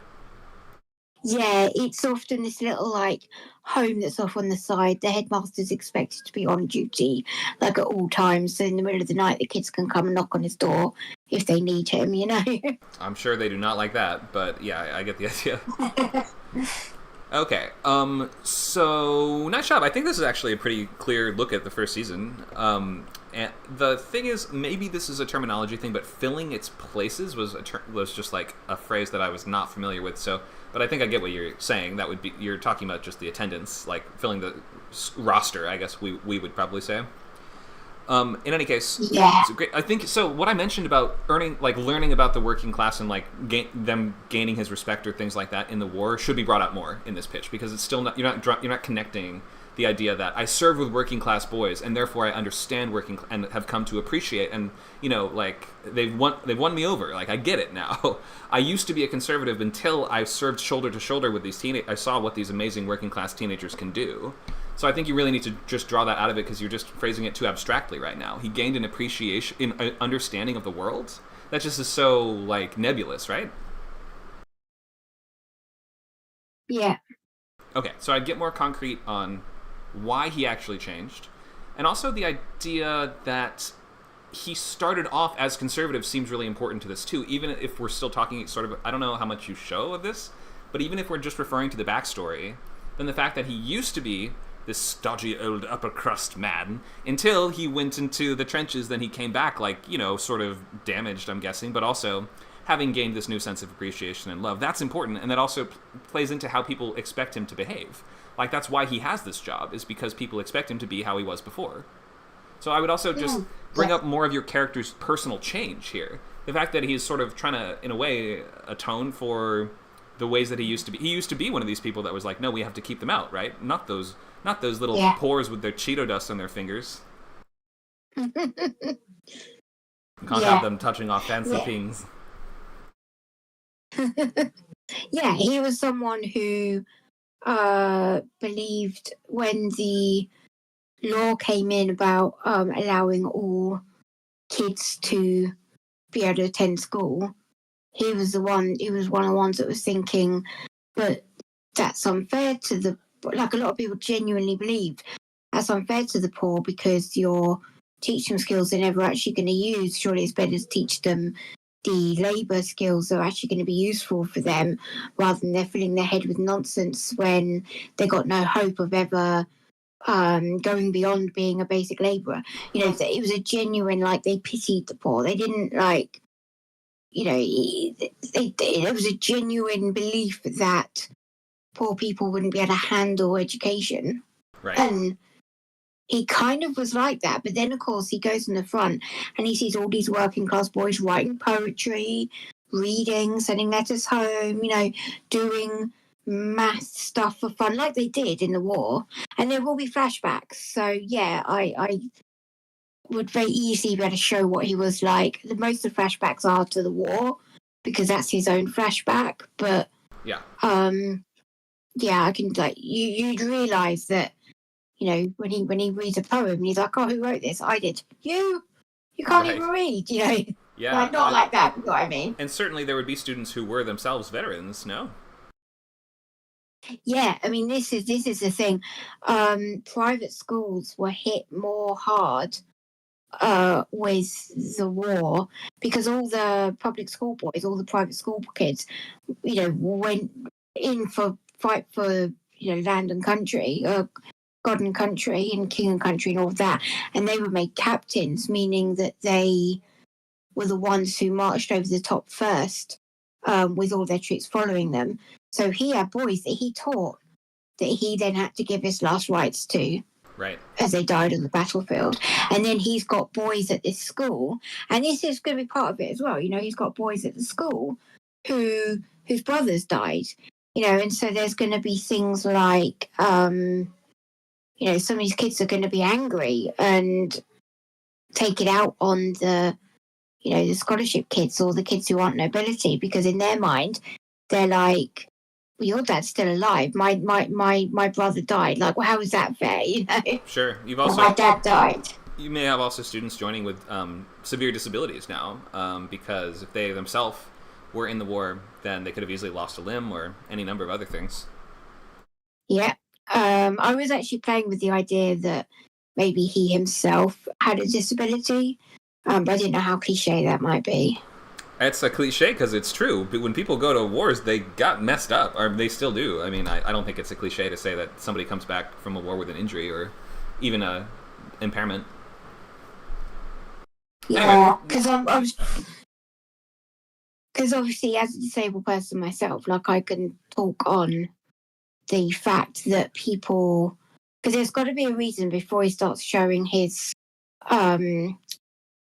progressive side, that the governors are still a bit like, oh, we're going to we've created this assistant head position for you to support you, So I would definitely bring that in if you can, because that personal connection is so important. And I know you've also written disabled characters and other stuff, maybe not as the protagonist, but you like to feature them. If this makes sense for your protagonist to have a disability, you should do it. Okay, yeah, then yes. Even if it's just walking with a cane or something like that. Even some assistive devices like that were very common. And we also saw a rise in reconstructive surgery in this time too, which is kind of interesting. Yeah, because also, like there's this element because he's got to act strong, right? And there's this element of weakness. So one of the things that the governing body tried to do is to say that he's not fit anymore, and that all of his progressive stuff is proof he has shell shock, which of course in that day was thought to be like a form of brain damage from literally the vibrations of the shells, rather than what we know now as being PTSD. Yeah, they were like, his brain's broken. He's no good anymore, right? Like, so you can definitely factor the sort of mental impairments as well as the physical impairments into how he's treated. But so I think the pitch is strong. The one thing I would just dig into more in just what you have here is those details about the main character. The disability, who he used to be versus whom he became, or who he is now, and then specifically why he had that change. So if you can nail those things down, I think you'll be in great shape. Yes, because one of the things that I want is that he does struggle a bit with his changes. For example, he decides to get rid of the cane, right? He goes back to school and he sees the assistant head caning a boy, and it causes him flashbacks, and he decides to get rid of the cane. It's too brutal. He didn't need it on the battlefield. Those people are brave. Why do we need it for these kids? And in that day and age, again, that was kind of, but they're boys. You can't reason with a 12-year-old boy. They need the cane, and he's going, no. But then a kid is going to cross the line, and he's going to be tempted. He's going to open the drawer where his cane is and be tempted to cane them because that's what's always worked before. So he's going to, it's not like he suddenly is a completely changed man as soon as he comes back. Like, there are going to be things that he's still learning. He's going to say things that maybe he shouldn't do to the working class kid, Yeah, and all this is why I think the more that you even say, like, he used to be the most blank ever. He used to be the stodgiest guy in the world. Like, everybody knew that he was the most, unflinching, unchanging, might makes right, spare the rod, spoil the child kind of instructor ever. Or not, was he an instructor? Yeah, I guess he was. And then people still expect that of him when he returns. So he's kind of fighting against not only people's expectations of him, but his own nature, or things that, like, these old habits that he is struggling to overcome. So I would highlight that as much as you can in the pitch too, because a drama is all about the characters. We don't have like crazy plot events going on. There's no high concept hooks necessarily here. Well, it's a reasonably high concept show, but like there's not like in spaceships and aliens. Exactly. The meat of this is all in the specific details of the characters and why they are who they are and why they do what they do. Yeah. Okay. Any questions on this one, or is that enough feedback for the moment?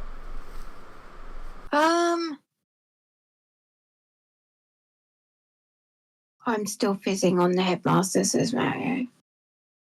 Fuzzing. I'm not sure. You can fussing. Sorry, fussing on the headmaster. Fussing. I think what Connor says about him needing like a neurotypical kind of trait would make me a little bit more interested in his character.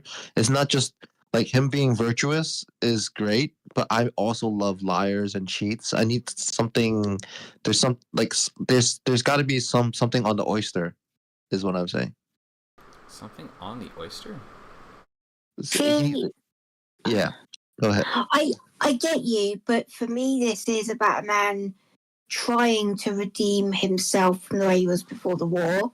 So the fact that he does sometimes slip, I might even have him actually caning the kid when he thinks about it. Like, the fact that he does slip is an important part of it. But, he does want to be altruistic. He does want to be, a good thing, a good person. Like, that's his aim. Let's wrap up with this one for now. You can use the text chat to view the comments that you got during the pitch, and feel free to continue to discuss there. I want to make sure we have enough time to get to everybody. Dakota, are you still here? Oh, sorry, go ahead. Dakota just said he's having a asthmatic episode at the moment, so may not be able to present. Oh, okay, that's all good. Does anybody else want to pitch their show idea?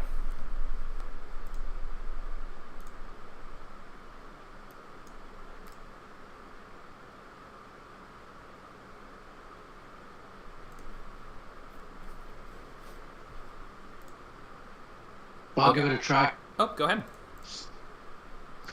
Okay, it's gonna be called Build Off, Build off. and it's Okay. basically gonna be like a. You ever seen bar renovation or things like that? Have I seen what? I'm sorry. What was it called? I think it's called bar renovation, or the guy that comes and saves those bars that are getting run Oh, down. bar rescue. Oh, bar rescue. Yeah, so it's gonna be basically like a construction type of thing. Wait, this is a scripted show? Yeah, I'm hoping it could be. But it revolves around. But that sounds like a non-scripted premise. Bar Rescue is a non-scripted show, right? Is it? I mean, they We're sound talking scripted about- a little bit, don't they? Are you talking about a sort of show where every week the host goes to a place and sort of like helps to renovate it? Because those are unscripted. Or is this a show with a Kinda story like that, yeah. with? Go ahead. Yeah, it's kind of like that. It's just gonna be something like that. Yeah. Okay, that's an unscripted format. I used to work in unscripted, but I don't right now. So the way you pitch those is totally different, and okay. these rules will not really apply. I would love to interesting. get an expert in who can teach us more about that, but I'm probably not the one to ask about unscripted pitches. Oh, okay. I didn't know that. Sounds good. No problem. Or do you have any scripted premises that you want to tell us about? I do, but not right now. Okay, not ready yet. That's okay. Yeah. Okay. Thank you for volunteering. Anyone else? Show to pitch? But if no one else wants to go, the friend who invited me to the show, I did start going through a slide like this last night. I'm not fully prepared, but I do have little things that I've been working on, just trying to make my idea fit the television show format. So I could try if no one else wants to go. Yeah, let's do that. And let's forget about all the format of like logline comps and stuff like that. If you're pretty early on and you just want to talk about the basics, let's just talk the basics. Okay, sounds cool. I do have a log line. I'm just going to grab it. I was working on it. It's Charlie. Charlie is the one who invited me. I love the way her brain works and the way that she just pulls things together. It's incredible to watch her. Yep, we love Charlie. She hosts so my several log events on the server too, like Fantasy on Sundays. Sorry, go ahead. line. Yeah, I'm just trying to grab the log line. I didn't expect you to say yes. So sorry. That's okay. Um, We can come back. I can call on you again in a minute if you want a little time. okay. Sounds good. Okay. Let's open the floor to Beyond Just Pitches. Any questions on what we talked about today or hurdles with your pilots, whatever stage you're at?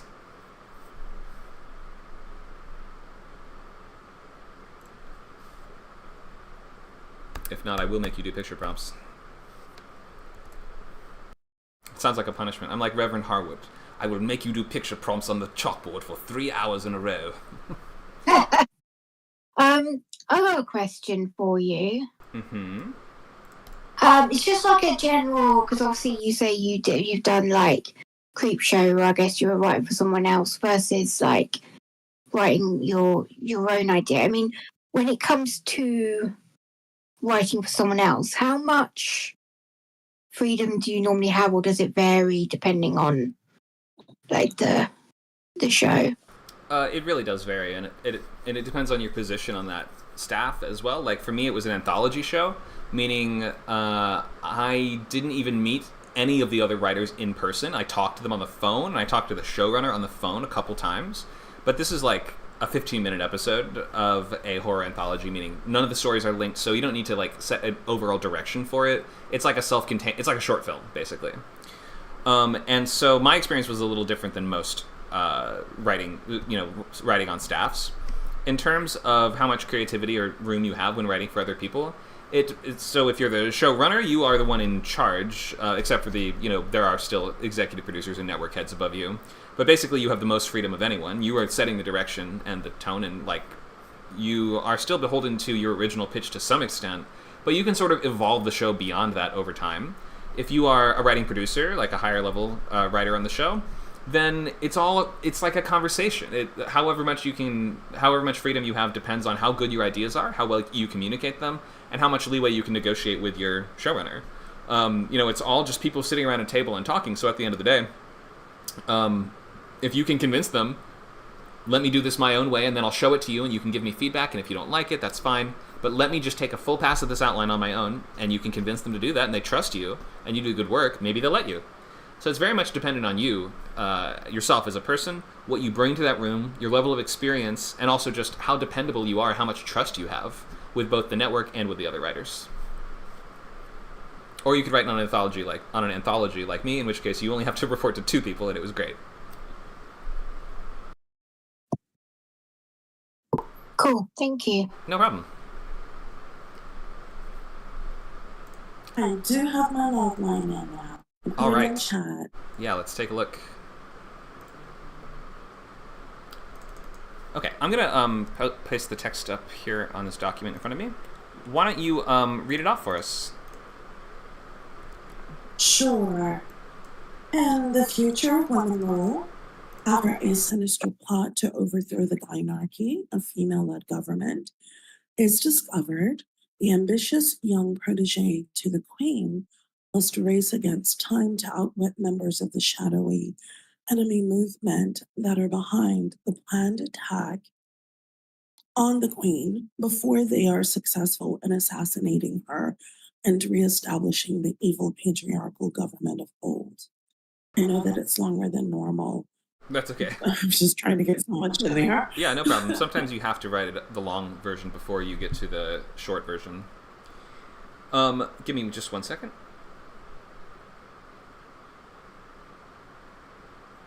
Okay, so to begin with, so a logline should be just one single sentence, though we do have a separate one for the series and the pilot. Don't worry about that right now. In the future, women... I just want to... So let me go through and just make sure I understand the premise, and then maybe I'll give you some tips on the presentation of it. So in the future, women rule, and that's a good... You're sort of saying this is a good thing, it's a good government, and, like, although it is sort of a dictatorship, it is ultimately a positive thing? Is that right? That's correct. Got it, okay. So you might want to say women rule a utopia, or something like that, just to sort of say... Because the way you've presented it, it almost could be a dystopia. Until you get to the end and you're like, oh, they're going to reinstitute the old evil kingdom. It's like, oh, isn't the new one evil too? We are like sort of systemically oppressing half the population. But I guess you're saying that they rule in a positive way. Okay. Got it. Okay, so to begin with, I would start there. After one more thing. Hold on. It's not a utopia until the end of a 5 or 6 book series. So women don't get it right either. Oh. So I need to capture that. The women have their own mistakes and their own issues. And so I think I need to indicate that women rule, but it's not a utopia until the end. It's a dystopia then, you're saying? God, so much to think about. How could it not be a dystopia in a world where we oppress half the population? They just took over the patriarchy, so they are in the middle of trying to stabilize things and reorganize and get things in place so that they can rule effectively. But they can't rule effectively because the men are still trying to overthrow and sabotage what they're doing.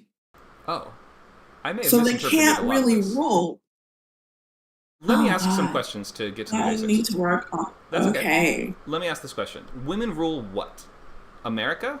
The world? It's a planet called Kira. Oh, it's not Earth. It's a futuristic world. No. Oh, it's a futuristic. But when you say in the future, that sounds like you mean Earth in the future. So you would probably say, yeah. So the fact that it's the future almost isn't relevant. It's more relevant that we're on another planet. That's God. You're good. That is so true. So maybe start there. I'm realizing how I just use words without really thinking about what I'm saying. That's okay. This is why like an editor can be a good person on your team, because they can take your stuff and they can assess what's working or what isn't perfectly clear. And we're always thinking like, it's beyond just, can I figure out what you mean? And it's like, would an audience understand what you mean on the first time they read this? Mm-hmm. So I would to begin with. Let's forget about the logline for a moment and just make sure that I understand the basics. So okay, we're on a different planet, far in the future, where Earth has colonized this planet. Is that right? Humans have evolved into something that they've evolved to the point that humanity as we know it is a distant memory.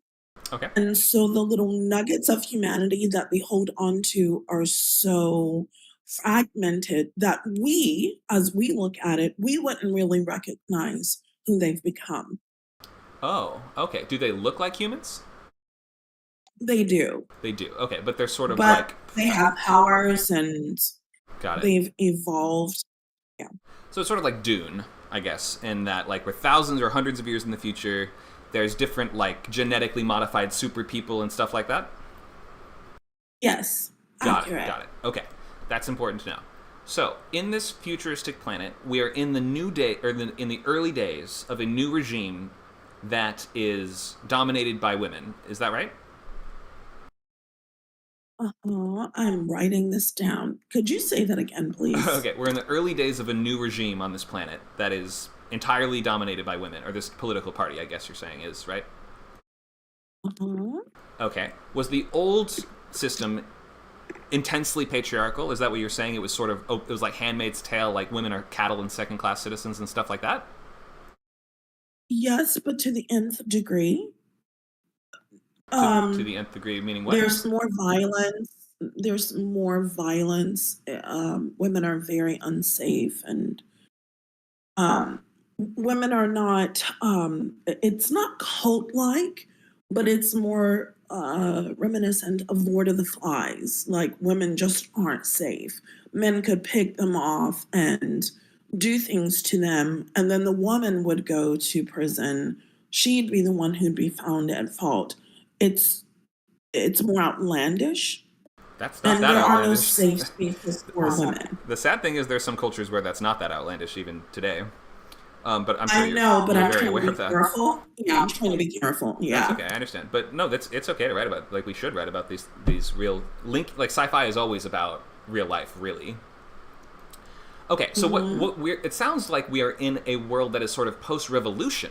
So there was in the wake of a male like a dystopia being toppled, women have taken over and sort of taken charge. Is that right? Okay. Yes, And, go ahead. as I'm with you. I'm taking notes on what you're saying as right. Okay, sounds good. As you talk. So yeah, it sounds like we are post-revolution. The previously oppressed underclass has risen up and taken charge. Now, I have a few more questions. So in this new version of society, are men an underclass, or are they attempting to institute an egalitarian reform? The men perceive that they are going to be an underclass or the underclass, but it's more of a perception because they really think that things were equitable, but they weren't. So as their rights are being stripped from them or they're perceiving that way, it's not like your rights are being stripped from you. It's just that things are being made equal. Right. It's that sort of. Also, I probably should state that although men can have a seat at the table, the women are the ones who call the shots, but their voices are still taken into consideration. So there is a bit of inequity, but it's just because the men are so accustomed to calling the shots and having their concerns be the only ones that matter, that now that that's not the case, they perceive themselves as victims. Got it. Okay. So the sort of thing that like equality feels like oppression when you're used to privilege all the time? Exactly. Okay. So that's an important distinction as well. If you don't make it perfectly clear, it might sound like you're saying the women took charge and now they're going to make it illegal to be a man and they all get locked in jail or whatever it is. But that's not the case. They're actually attempting to institute more egalitarian rule, but they're in such nascent stages of this new government that things are really unstable, it sounds like. So this is sort of about trying to stabilize the new regime. Is that right? Yes, absolutely. Got it. Okay. So, and a plot. So who's your main character? It's the protege to the queen, meaning a princess? She doesn't know she's the queen's daughter, actually. So she will be the princess. That'll be like one of the little surprises at the end. But she is the child, the biological child of the queen. But throughout the majority of the book, she's the queen's goddaughter. Oh. Goddaughter And meaning... I should also, meaning she knows the family. She knows the family that she gave her daughter to, and they raised her, and she was made the godmother. Okay. But I should probably also state that these are dominatrices. What? So the queen, the queen is a dominatrix, or she used to be a dominatrix, and now she's a politician. Whoa. That is a huge, huge, huge twist. What are you talking about? They are all the characters are dominatrixes, or just the queen is? The queen is, but the queen is. I'll try to summarize this in 60 seconds. The queen understands how men work, not just what they have been presenting to the world and saying who they are. She understands who they really are because she's been working behind the scenes, influencing them, trying to fix their messes. She's been involved in the truth of who men are, especially the wealthy, the elite, the powerful. She knows what's really going on and how men really operate. So it's one of those situations where people are looking at the news and they're looking at these French articles like, well, what kind of man would do this? And why would he do this? And it's more like, this is more common than you think it is. And again, it's, real life meets fiction. I'm still when you look at the wealthy and the... Go ahead. I'm sorry. When you look at the wealthy and the elite and the powerful, and you look at the things that happen behind closed doors, it's like there are things that you're privy to that the regular world isn't. So the reason that this is important is because that as she starts to try to get men under control, reshape them, re-educate them, she's got to start with this one thing that no one wants to talk about, their sexual desires. So she's got to re-educate them and teach them how to see women, how to be polite to women, how women operate, how to communicate with women. So there's obviously like a social agenda here, but it's not just teaching men how to behave, it's changing the heart, mind, and soul so that they're not just being politically correct, their heart changes because they start to realize, oh my gosh, I've been treating my mother or my sister or the woman walking down the street like a thing instead of as a person.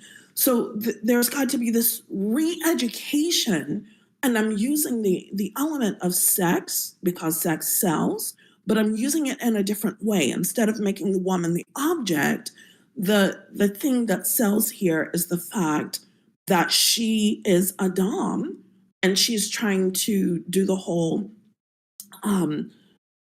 what is it? What is the where the woman is redone, the British Bernard Shaw at George Bernard Shaw. Okay. You know what I'm talking about? No, I'm not sure. Sorry. George Bernard Shaw, where the woman she's remade. She's taken from being like this street woman who's selling flowers to being a part of the nobility, and she passes. So you have this dominatrix who gets cleaned up, and she's rough around the edges, and she curses like a sailor, and she says inappropriate things, but she's got good ideas. But we've got to clean her up so that people will hear her and listen to her, and so that she can help the people.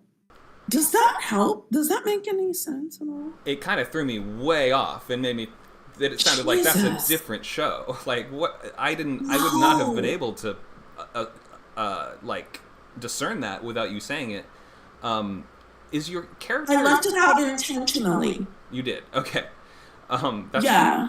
And did you leave it out because the character isn't really using dominatrix tactics or skills throughout the show, and that's more just like part of her backstory?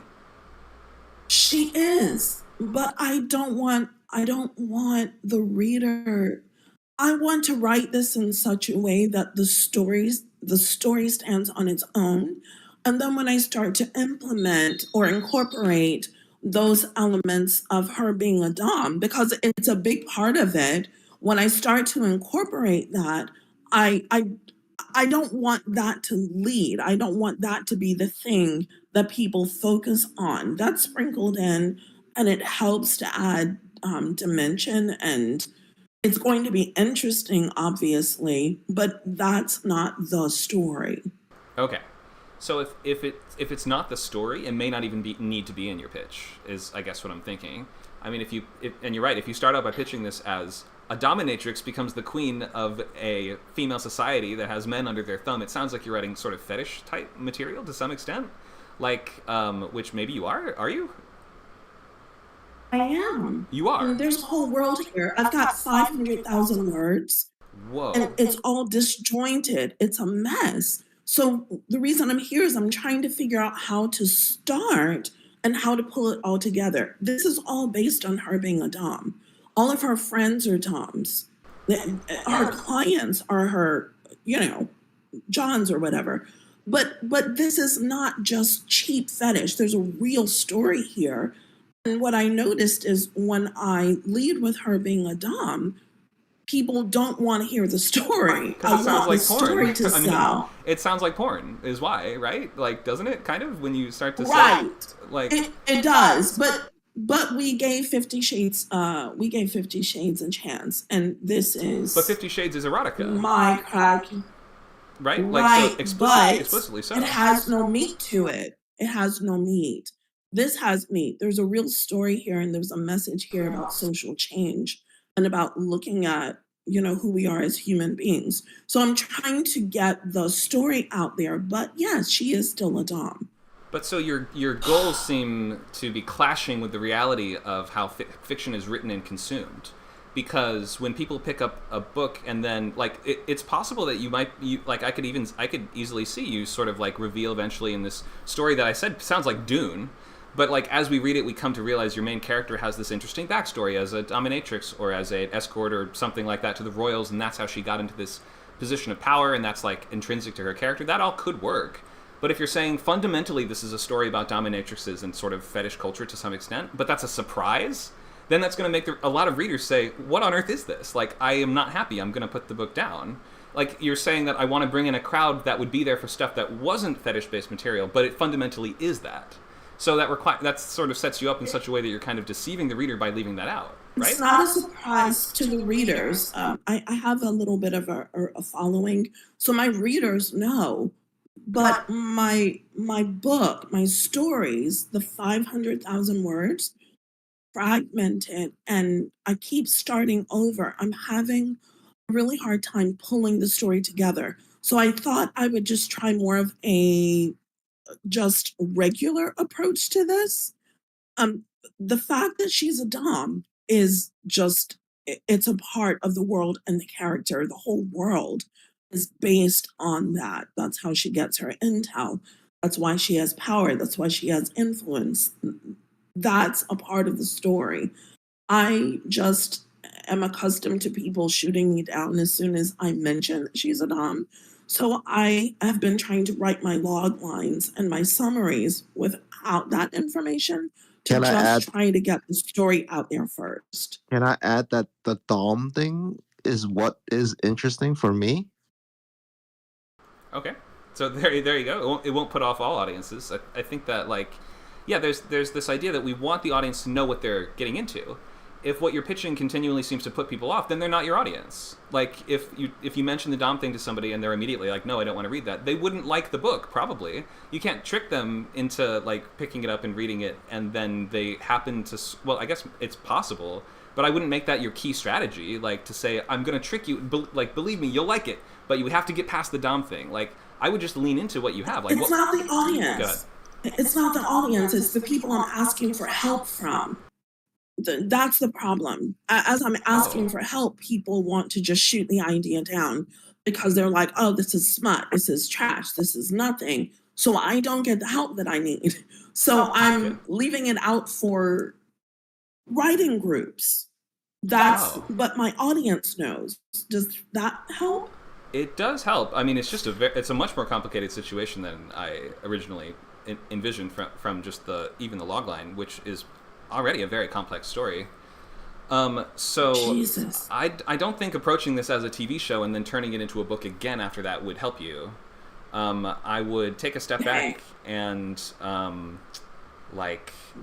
gosh, I'm not even sure at this point. I can see why you have quite a handful. I mean, writing 500,000 words and then trying to figure out how do I present this or what do I do with this is in many ways tougher than starting from scratch and saying I'm going to make a plan for something from the beginning and then work for a while and how am I going to frame it, get feedback and stuff to begin with and then write the book after.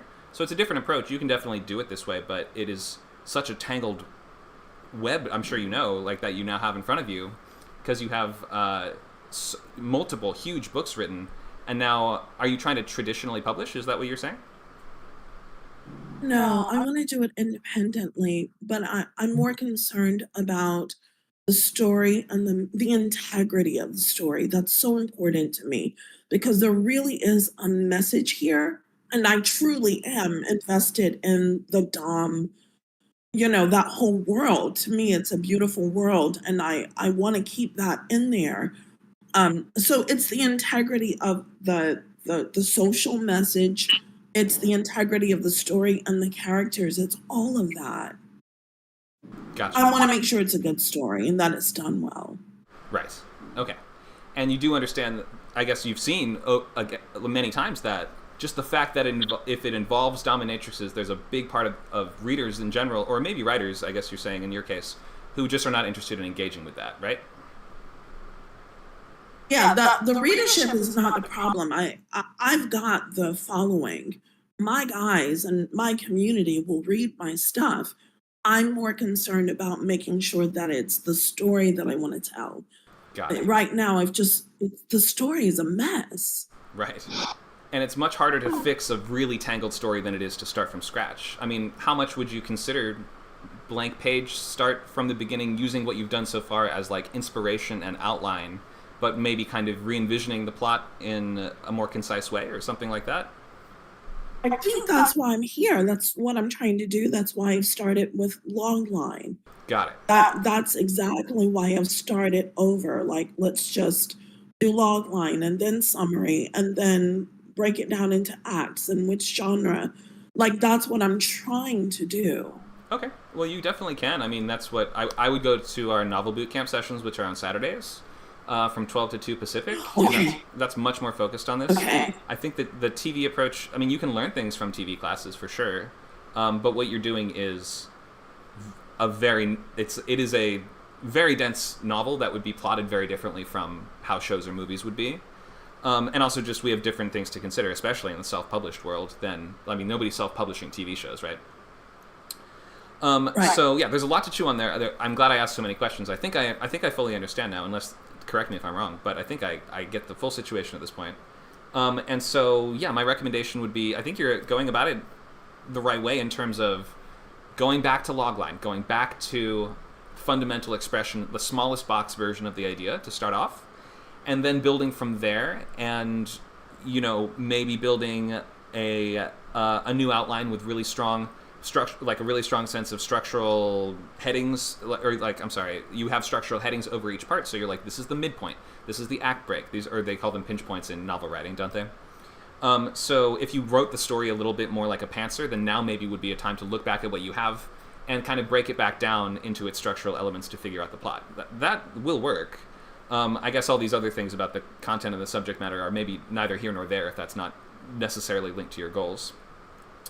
It's a fine idea to do what you're doing. I would say, especially reimagining 500,000 words of stuff and going back to the drawing board or back to square one. In some sense, you will have to maybe cut loose some things from your previous conception of the idea, meaning you may not be able to keep everything exactly as you had it before. Some stuff might have to be cut or change. If you say it's a mess, something has to change. So, Absolutely. yeah, where does that leave us? Come by Novel Bootcamp and Writer's Voice and all of our events that we have on WordCamp especially. And we... Did you say Saturdays 2 to 4? Is that what you said? It's 2 a to 12 4? to 2 Pacific. I'm not sure what time zone you're in. 12 to 2. Okay, I'll figure it out. Okay. Sounds good. And we also have plenty of free public events on Script Camp as well. They're usually going to be more about movie or TV show writing rather than novels, but in your case, the TV stuff, it might have some storytelling advice that's useful for you, but generally you're going to have to rebuild this as a book, and that just requires so many book-specific tactics that I think Novel Bootcamp is the place to go. I will be there. Thank you. And I do feel bad about, I feel like I've disrupted your space and people weren't able to really learn what they came here for, so I apologize for that. No, not necessary. Thank you for trying to help. Yeah, of course. You did not disrupt anything. Thank you so much for sharing your idea. Okay. I just wanted to say that she's going to get 50 lashes with a wet noodle. What does that mean? She's being naughty. Her punishment is 50 lashes with a wet noodle. Oh, I think I see what you're saying now. That's like the dominatrix punishment that you get. Yeah, exactly. Well done, well done. Let's wrap up for now. We are at the end of our time. We still haven't gotten to do my picture prompts. I'm going to make somebody do them in an upcoming class. Look at that. Skeleton reaching through reality to grab the kids. I want to know. What's the story? Anyway, so we have plenty more coming up. Later today, there's a table read at 2 p.m. And then this upcoming week, we have plenty of genre groups. Game design group Wednesday at 6. We have most of our genre groups meeting on Saturdays and Sundays, like fantasy and short story and poetry at 2 p.m., 5 and 6 p.m. on Sundays. So those are later today. We hope to see you guys for some of those, and hope to see you soon for your next Script Camp class or event. Hope you guys have a great rest of your weekend. Are we going to do this again? I'm sorry I'm late. I overnapped. That's okay. Yeah, we have TV Bootcamp every Sunday from 11 to 1. No, I meant the pitch. Oh, yes, we will have more pitching events in the future.